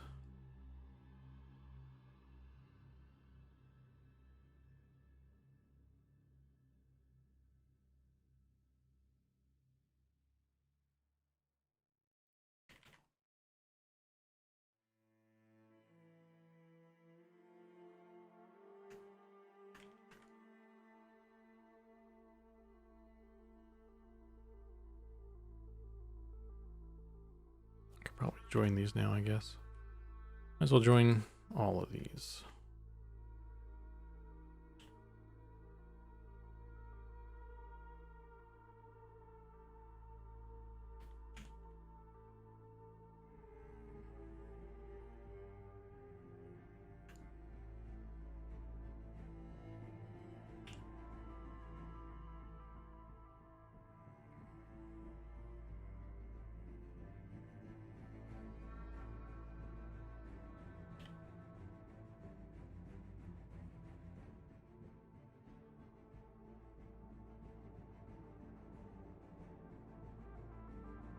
Okay. So we now have the majority. I could probably merge the head too, actually. I just need to do the. Oh man, I'm a little worried about this neck.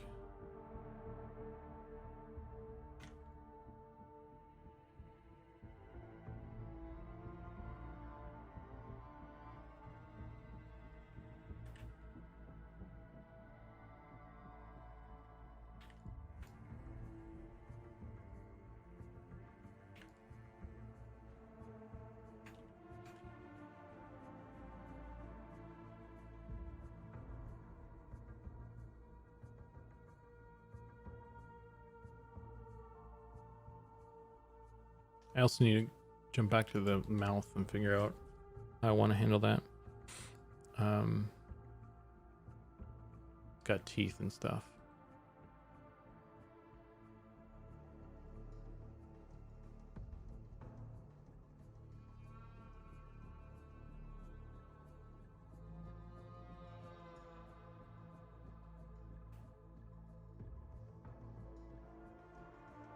Got ears too, but I think that's an easy one.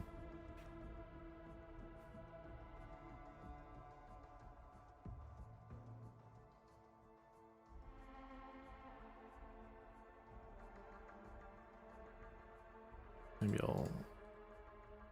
yeah, I don't know. Well, I'll just make the mouth and then we'll sort it out later, I guess.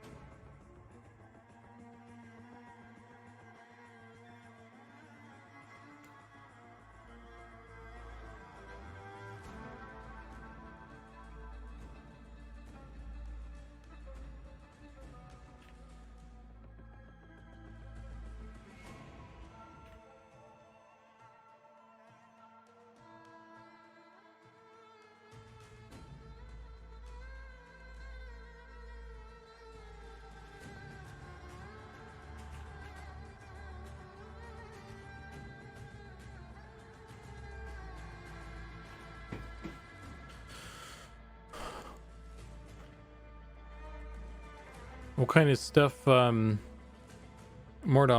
what kind of stuff what are you working on right now, or what were you working on when you're doing hard surface stuff?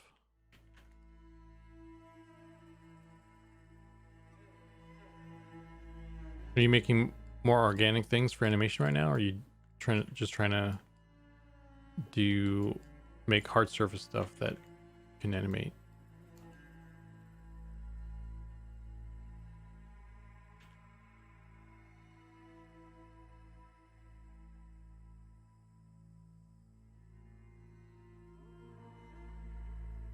Just trying to learn sculpting.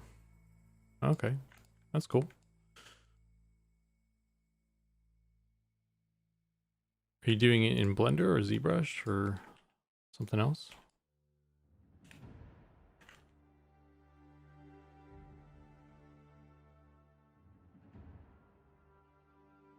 Worked on props and weapons for a Napoleonic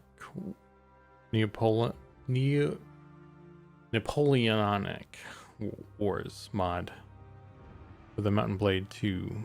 Nice. Running in Blender. ZBrush, there is definitely a learning curve when you're jumping into it. Like the user interface always trips people up. And to be honest with you, like Blender sculpting I haven't tried it myself, so I can't say from experience necessarily, but I've seen a lot of like pro sculptors using Blender to sculpt stuff in, and it looks like it's like a really good competitor to ZBrush right now. So like if you, I don't know, it might be worth like really looking into Blender sculpting if you before you dumped any money. But yeah, like ZBrush, I still think between the two, I'm probably pretty biased towards ZBrush, but I think it might, there's still some stuff that it does pretty well that it's like, I mean, maybe ZBrush does it too, or Blender does it too, just as well or something, but I haven't dove into it to really get a feel for the comparison. I feel like it's definitely a different workflow though, so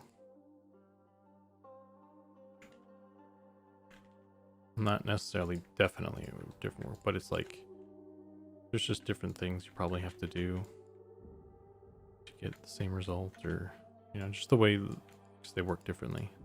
So I don't know, but yeah, Blender sculpting it looks pretty good as well. Before you spend money, you haven't already like dove into it, into Blender sculpting, I mean.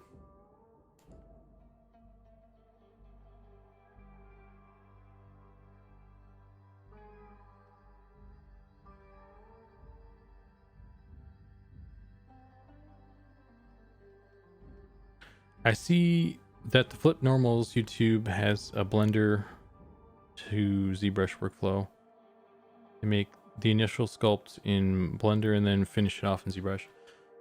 I have just started Blender sculpting, still in the tutorial stage. Yeah, so I guess that's the difference, really, is like ZBrush still can really push the poly count because it technically doesn't use polygons. They use some weird like Z faces thing or something. I forget what they call it. But it's when you're in ZBrush, you're technically looking at a 2D image that makes it, they make it look like a 3D thing. So that's how it's able to get such high poly things without like tanking your machine so heavily. It still kind of tanks your machine a little bit, I guess, if you go super high, but yeah, it can go higher. So like I think Blender is good is just as serviceable. Getting like up to maybe secondary details, but if you want to start adding tertiary details like skin pores and really teeny things like that, that's probably where ZBrush kind of starts to win out.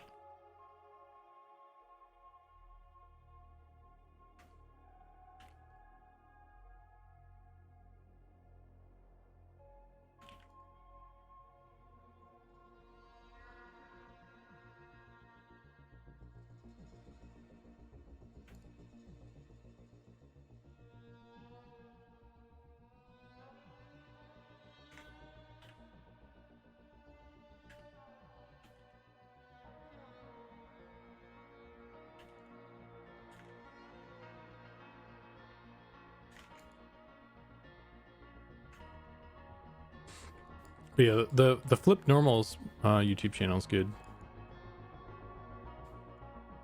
There's also this other one that I found recently. I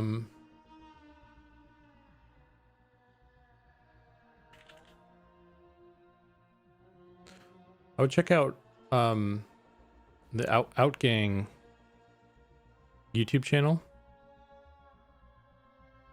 They have some good. They have some really good stuff, and they have specifically a whole thing about sculpting in Blender. There's like several videos actually on it, so it might be a good resource as well. And just generally, there's like good content here. It's like pretty. I don't know how beginner friendly it is. I think it's geared more towards you know, intermediate and beyond, but I think it's definitely worth taking a look at.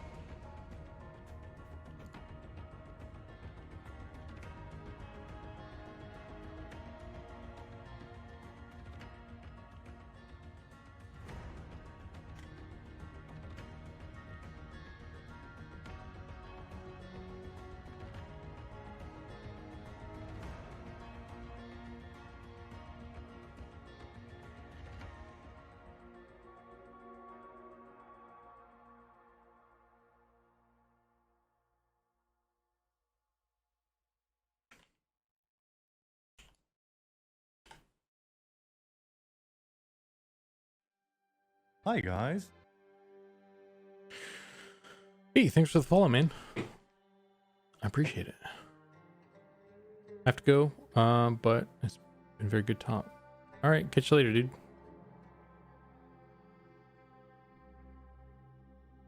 Make it chunkier. I'm doing my best.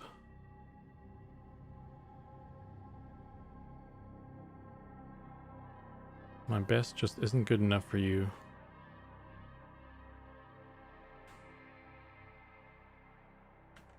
Art director Sean is a slave driver. Although, you know what? I need to make a correction from last night's stream. So last night I was saying that Sean he's not hyped about Clockworks, but I think that seems like it was a misunderstanding on my part, because he does like Clockworks. He's just there's a particular style that we want to avoid, and I think we're in agreement on this, because the original EverQuest Clockworks, they kind of looked a certain way, right? And then there's a lot of other Clockworks in other games, and even when they revamped them in EverQuest, they kind of looked a different way.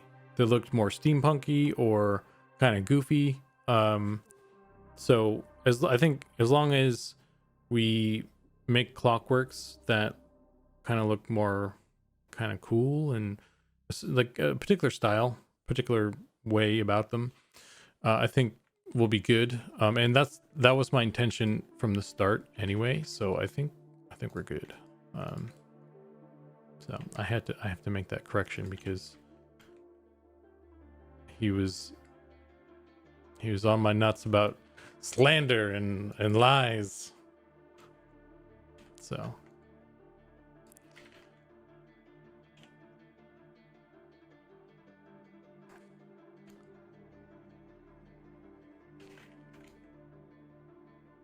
he was like, "Who do you think you are, telling these lies about me?"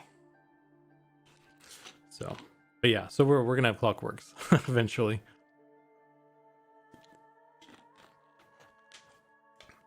I think they'd fit in really well with the deep gnomes,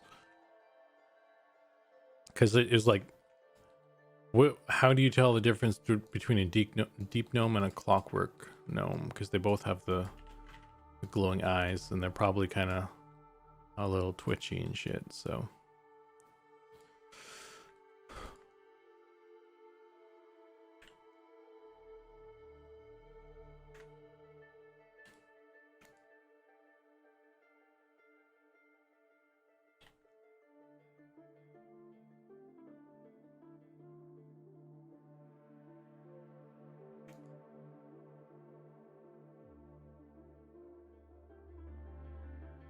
oh dear.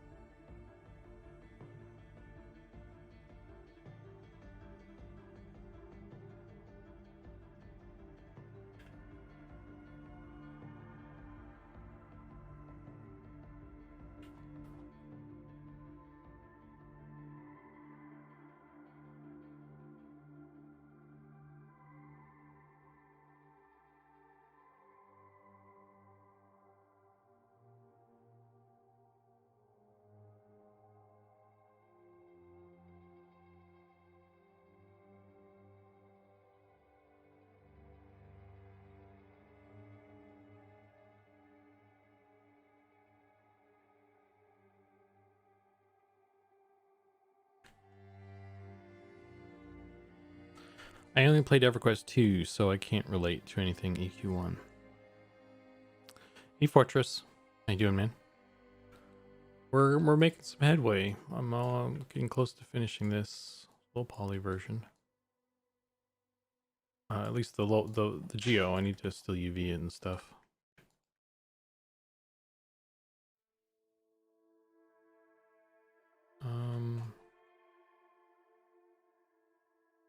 Where did the feet go? There we go.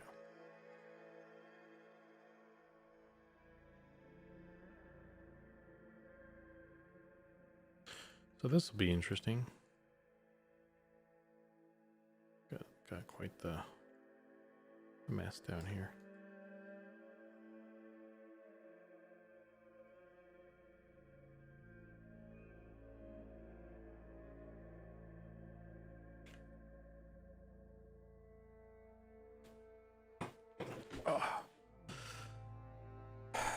I need to figure out what I'm going to do for dinner as well, because I mean, I kind of want to still, I don't know if like stop the stream for a bit and came back, that would be a good idea, or I don't know. I guess I could just call the stream and then just keep working on stuff, but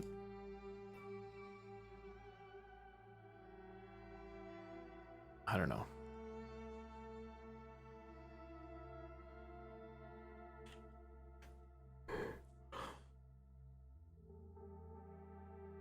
I threw 2 chimichangas in the air fryer. I have a pizza. I can make a pizza, but I'd have to eat it, right? That's the whole thing. And I don't really want to eat on stream, so nobody wants that. So ain't nobody want to see that.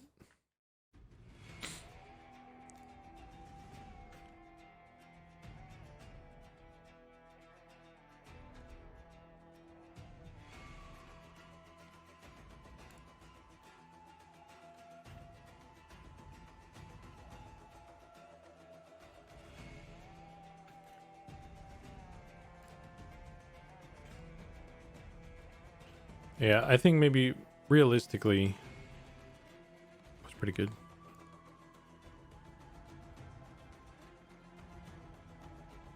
Is that like? I actually don't. This is gonna sound pretty dumb, but I don't really know what a chimichanga is. Is it like a kind of a burrito type thing, or like a hot pocket type thing, or something? Is a hot pocket a burrito? I don't know. Does it have to have meat in it? There are hot pockets that have meat in it too, though, right? I don't know, so many questions. Deep fried burrito, yeah.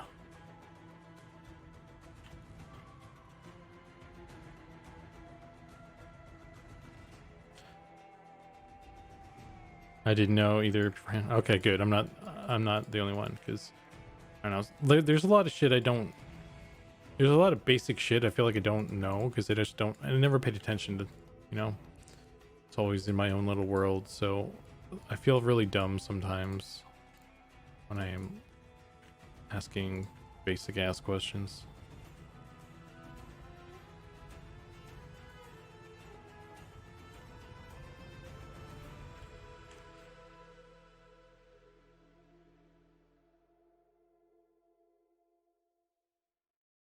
Like that meme. I don't know what chimichangas are, and at this point, I'm too afraid to ask. That's me.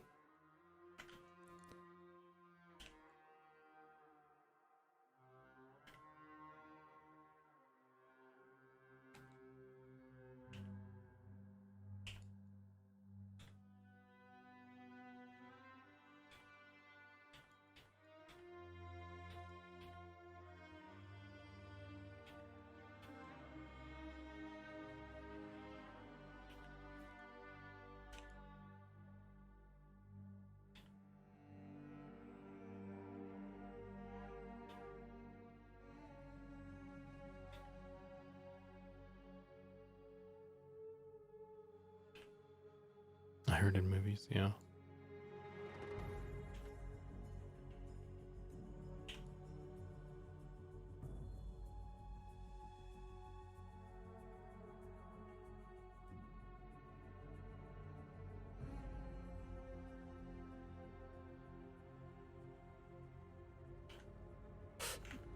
Okay, let's check our reference again.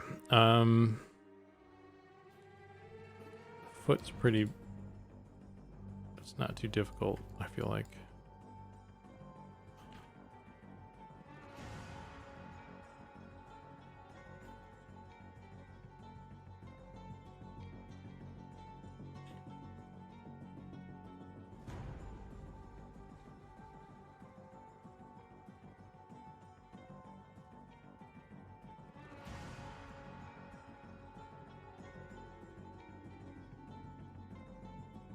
Now they got more foot shape than I really care to add as well, so.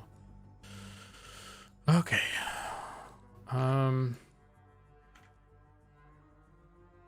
Yeah, so it'll be like this.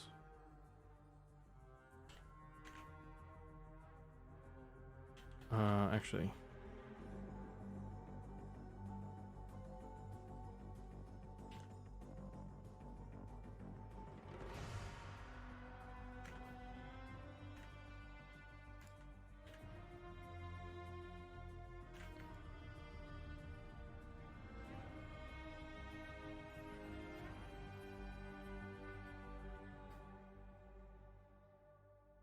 Oops.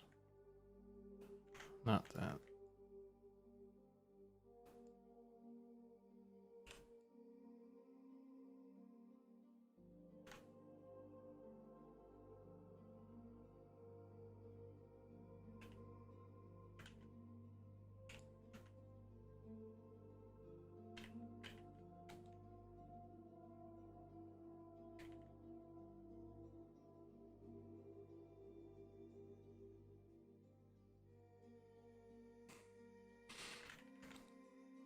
I don't know how people do like 24-hour streams and stuff. Like, how do you eat?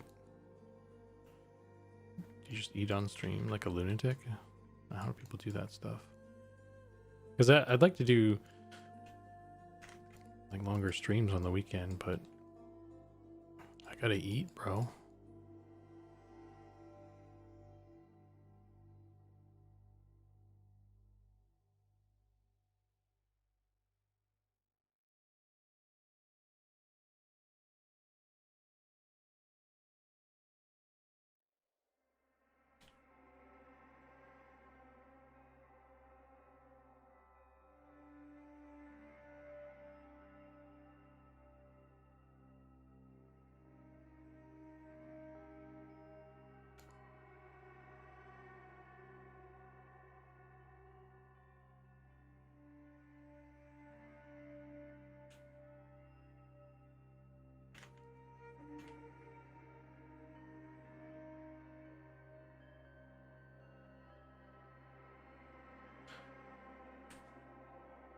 Because like if you go off and eat something somewhere else and you just leave your stream on, does that really count as a 24-hour stream? Or are you just lying to everybody?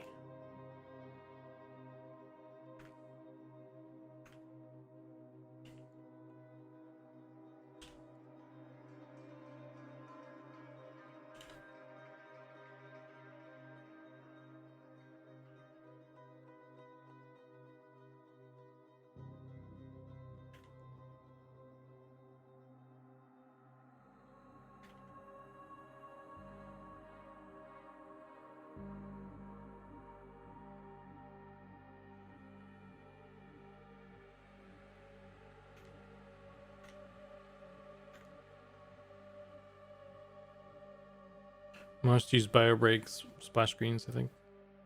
Well, is that for eating or is that just for pooping and stuff? Because that's reasonable to like, all right, I gotta go take a shit.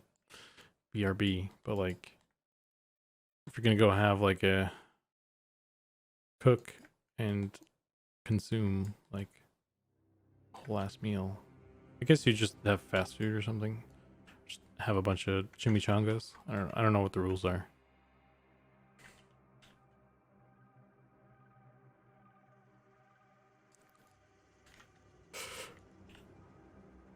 Ugh. I mean, if you're truly dedicated, you would have like a little camera you would take with you into the bathroom for the views and such, you know. I'm sure the speedrunner community has rules on what counts as 24-hour stream or not.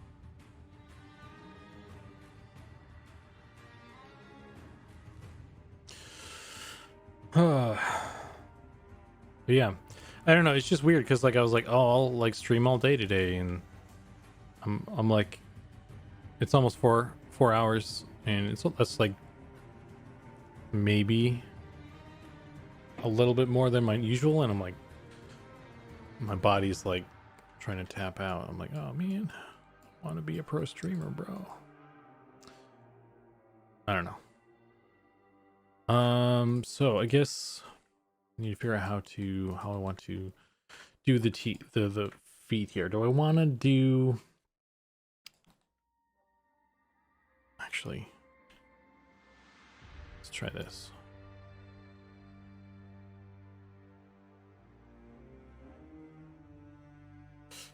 Do I want to try and do the pointy bits, or do I just want to have it flat and do it in the texture? That's the question.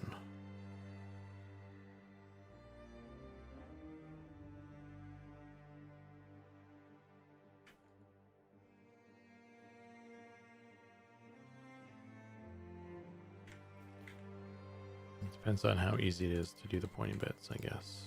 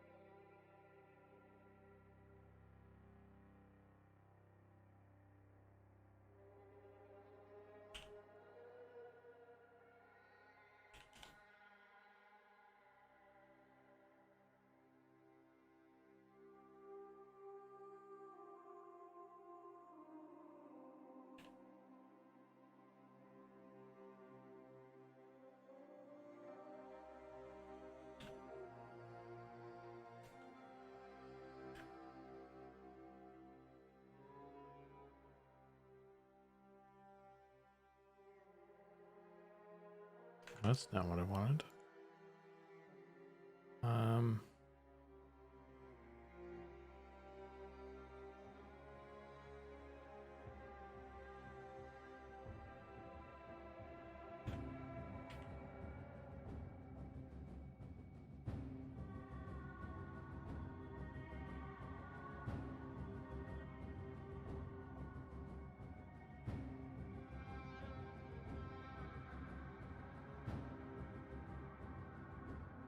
Hmm.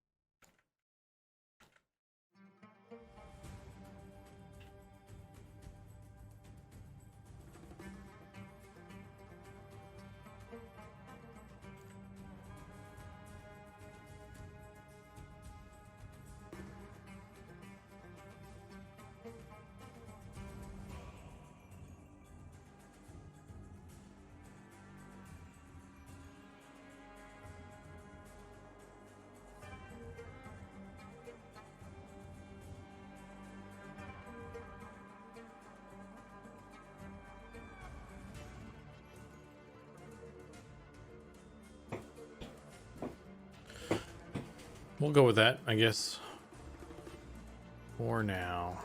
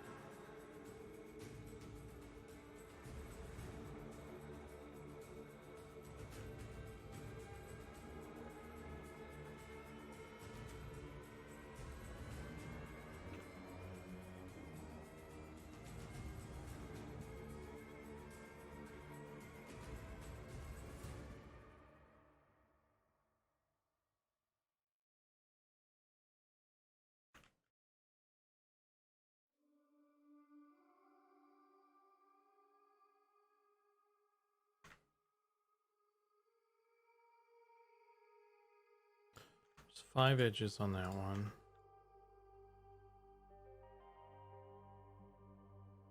Um,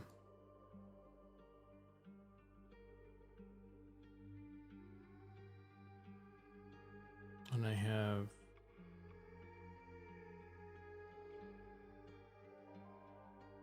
seven.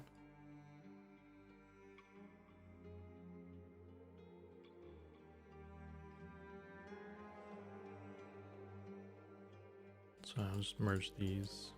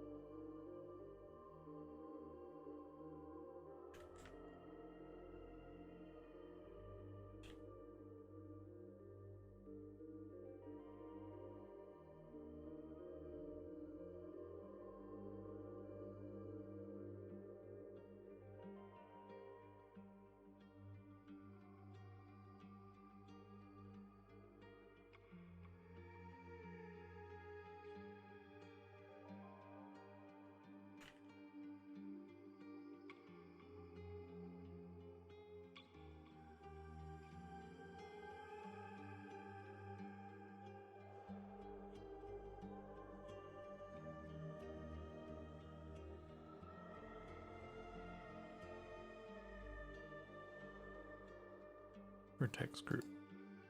Assign.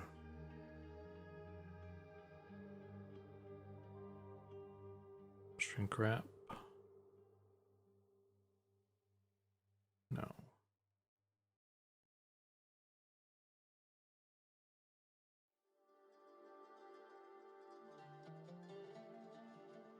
Okay.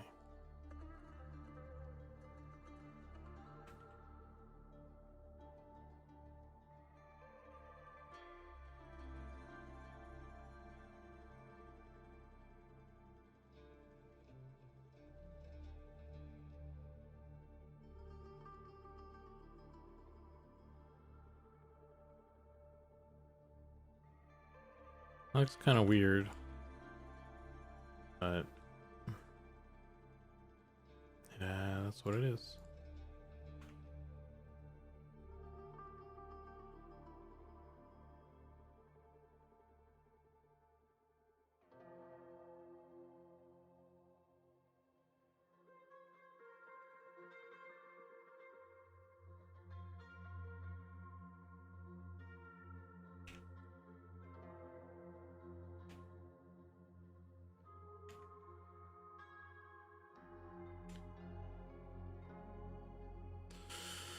Okay. Well, there we go.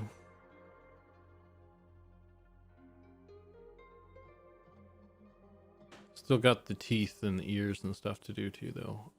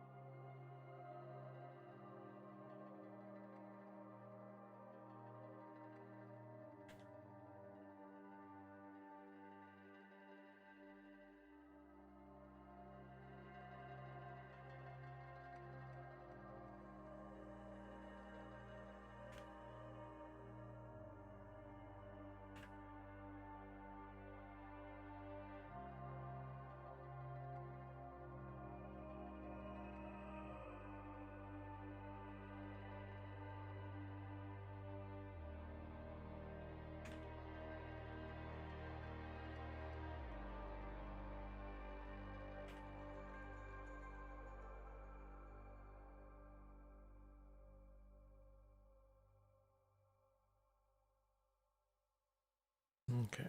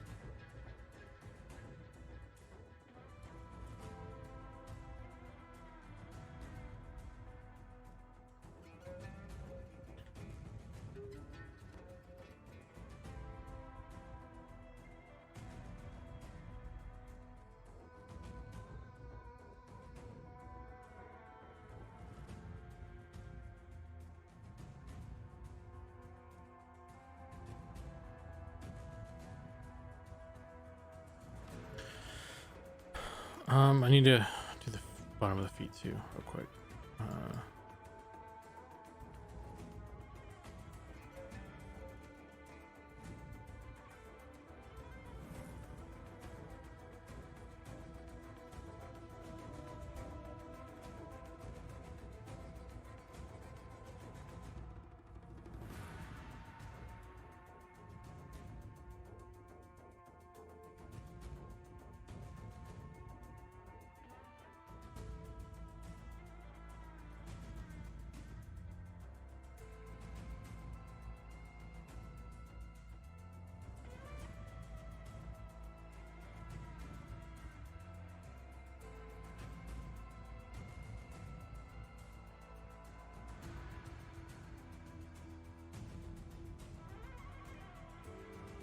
Let me see if there's any Engons here. None. Amazing.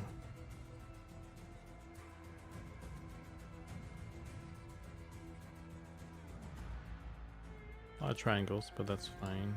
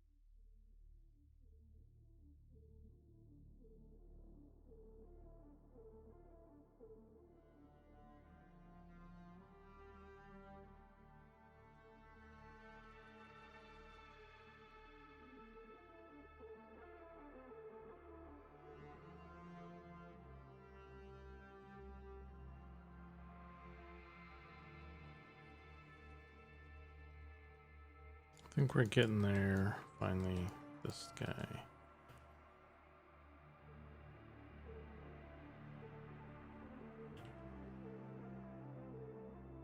Getting close to done.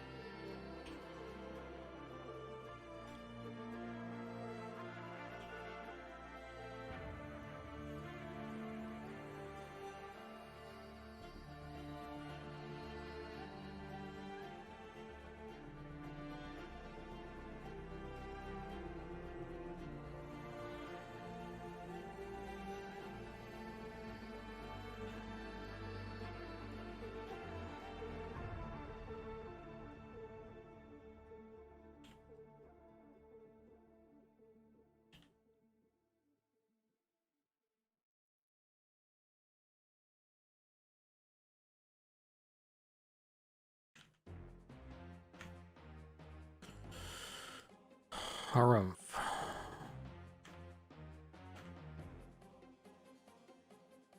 This is...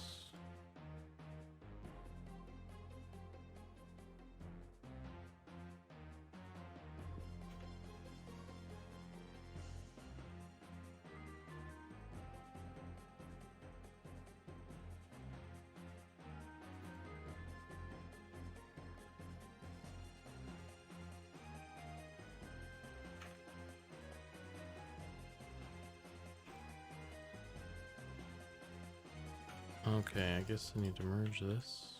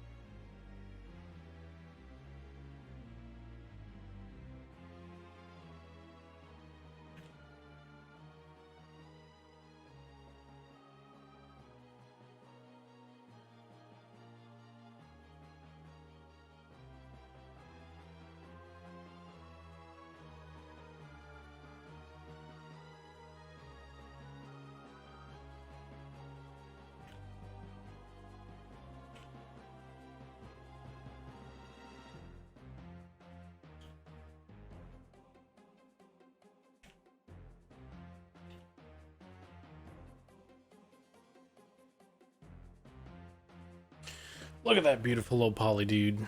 He's happy to see ya.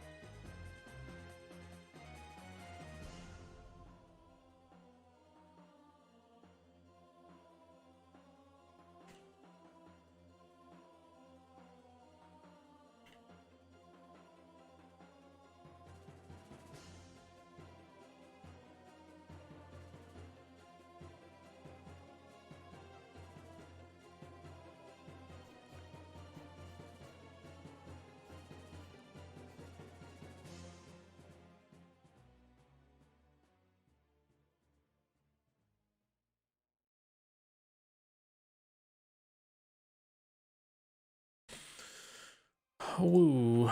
I should probably save this, huh? It's been a while. John isn't here to tell me to save stuff. So.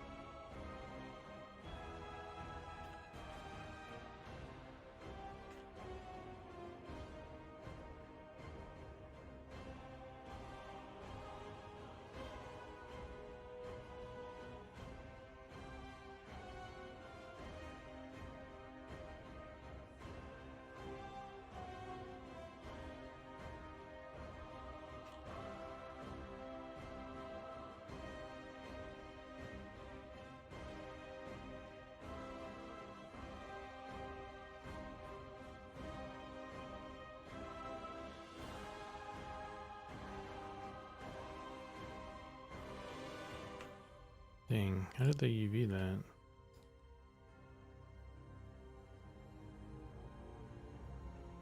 I just had a...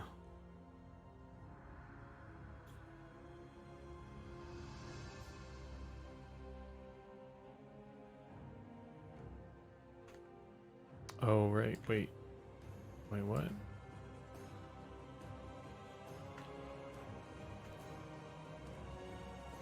Okay. Goes up the front like that.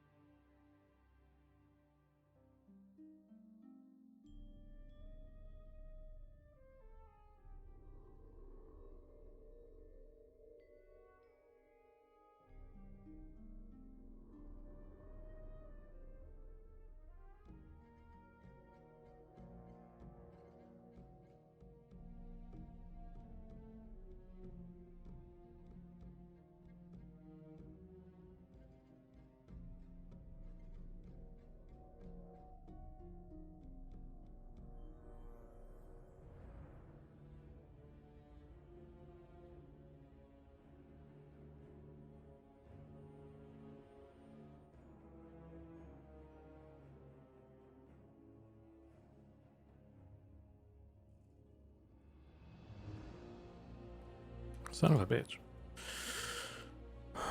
Group 1.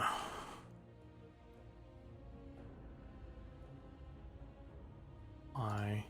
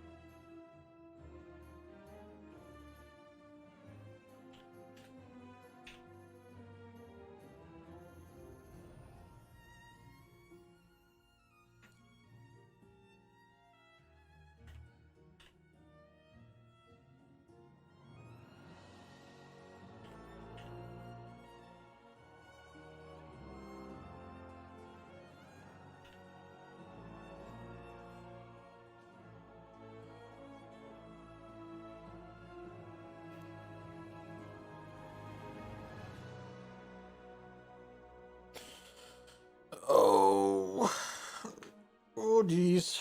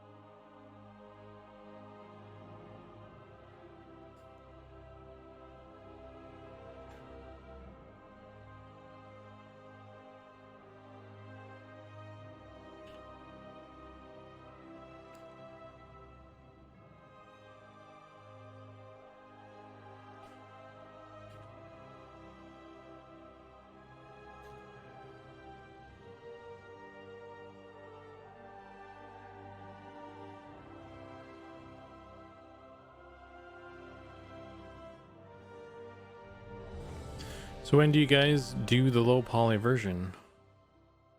This is the low poly version, bro. I'm making it right now. So he's almost done. This is the high poly right here.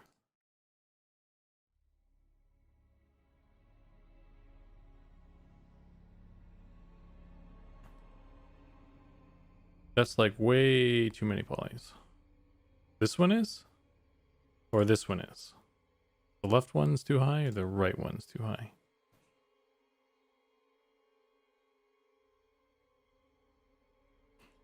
Need to get it down to like 3. Oh shit. That's gonna be pretty difficult. Here, let me try.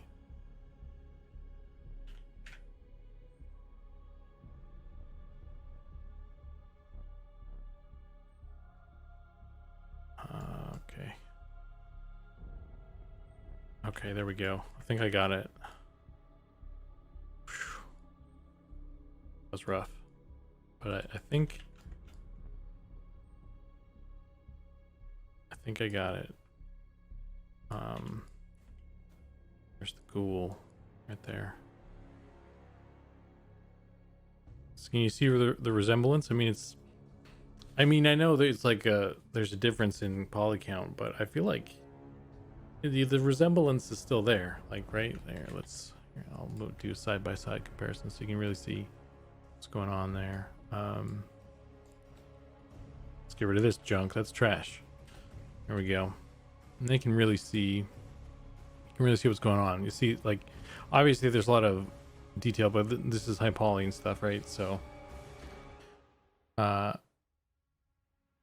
you know, we're gonna you obviously lose a little bit of the. What's important is keeping the silhouette, right? And a lot of the detail will get baked in. So, yeah, once it's baked, I think you'll really see more of the ghoul here. I still need to do the teeth though, so that's probably going to be another.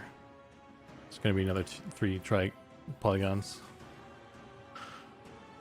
So you can see the teeth right there. Make them a little bit smaller. You know, then you get your probably going to need the bottom. That's their own as well. So there you go. You're gonna just be walking around Night Harbor, and you're just gonna see, this. And he's gonna rah rah rah rah, and you're gonna be like, where's my torch? I didn't see him coming. So, it's a pretty intense game, man. I think everyone's gonna like it a lot.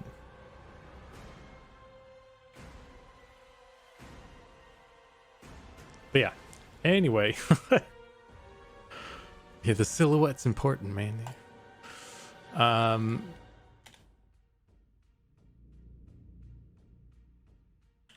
Yeah, this is coming together. I still need to UV it. I think unfortunately, I'm fucking dying over here. So I think I need to take a break. I need to eat something. And then I'll come back and I'll UV it and bake it and stuff and all that. So, I don't know if I'll finish that on stream or not. Or I could just wait until tomorrow, I guess, and do another stream. Might do that. Might just take a break for the rest of the night. And continue streaming tomorrow because, yeah, I was hoping to get it done today, but I guess that's a lot to ask. But at least if I can get it done this weekend, that's something. So we're getting there. We're almost there. But yeah, I think that's. I'm probably gonna call it. I need a break. So, almost a 5-hour stream actually. It's not bad. But yeah, thanks for hanging out with me, guys. Sorry if it got a little boring in the middle. When I got some technical jargon going on with Patrick. He's a cool dude. He's a cool dude though. Definitely a lot of knowledge there. So hopefully we can utilize some of that and make some cool shit. Yeah. For now though, I'm gonna go eat something. I hope you guys go eat something, or just enjoy the rest of your night and stuff. And yeah, I'll catch you guys later.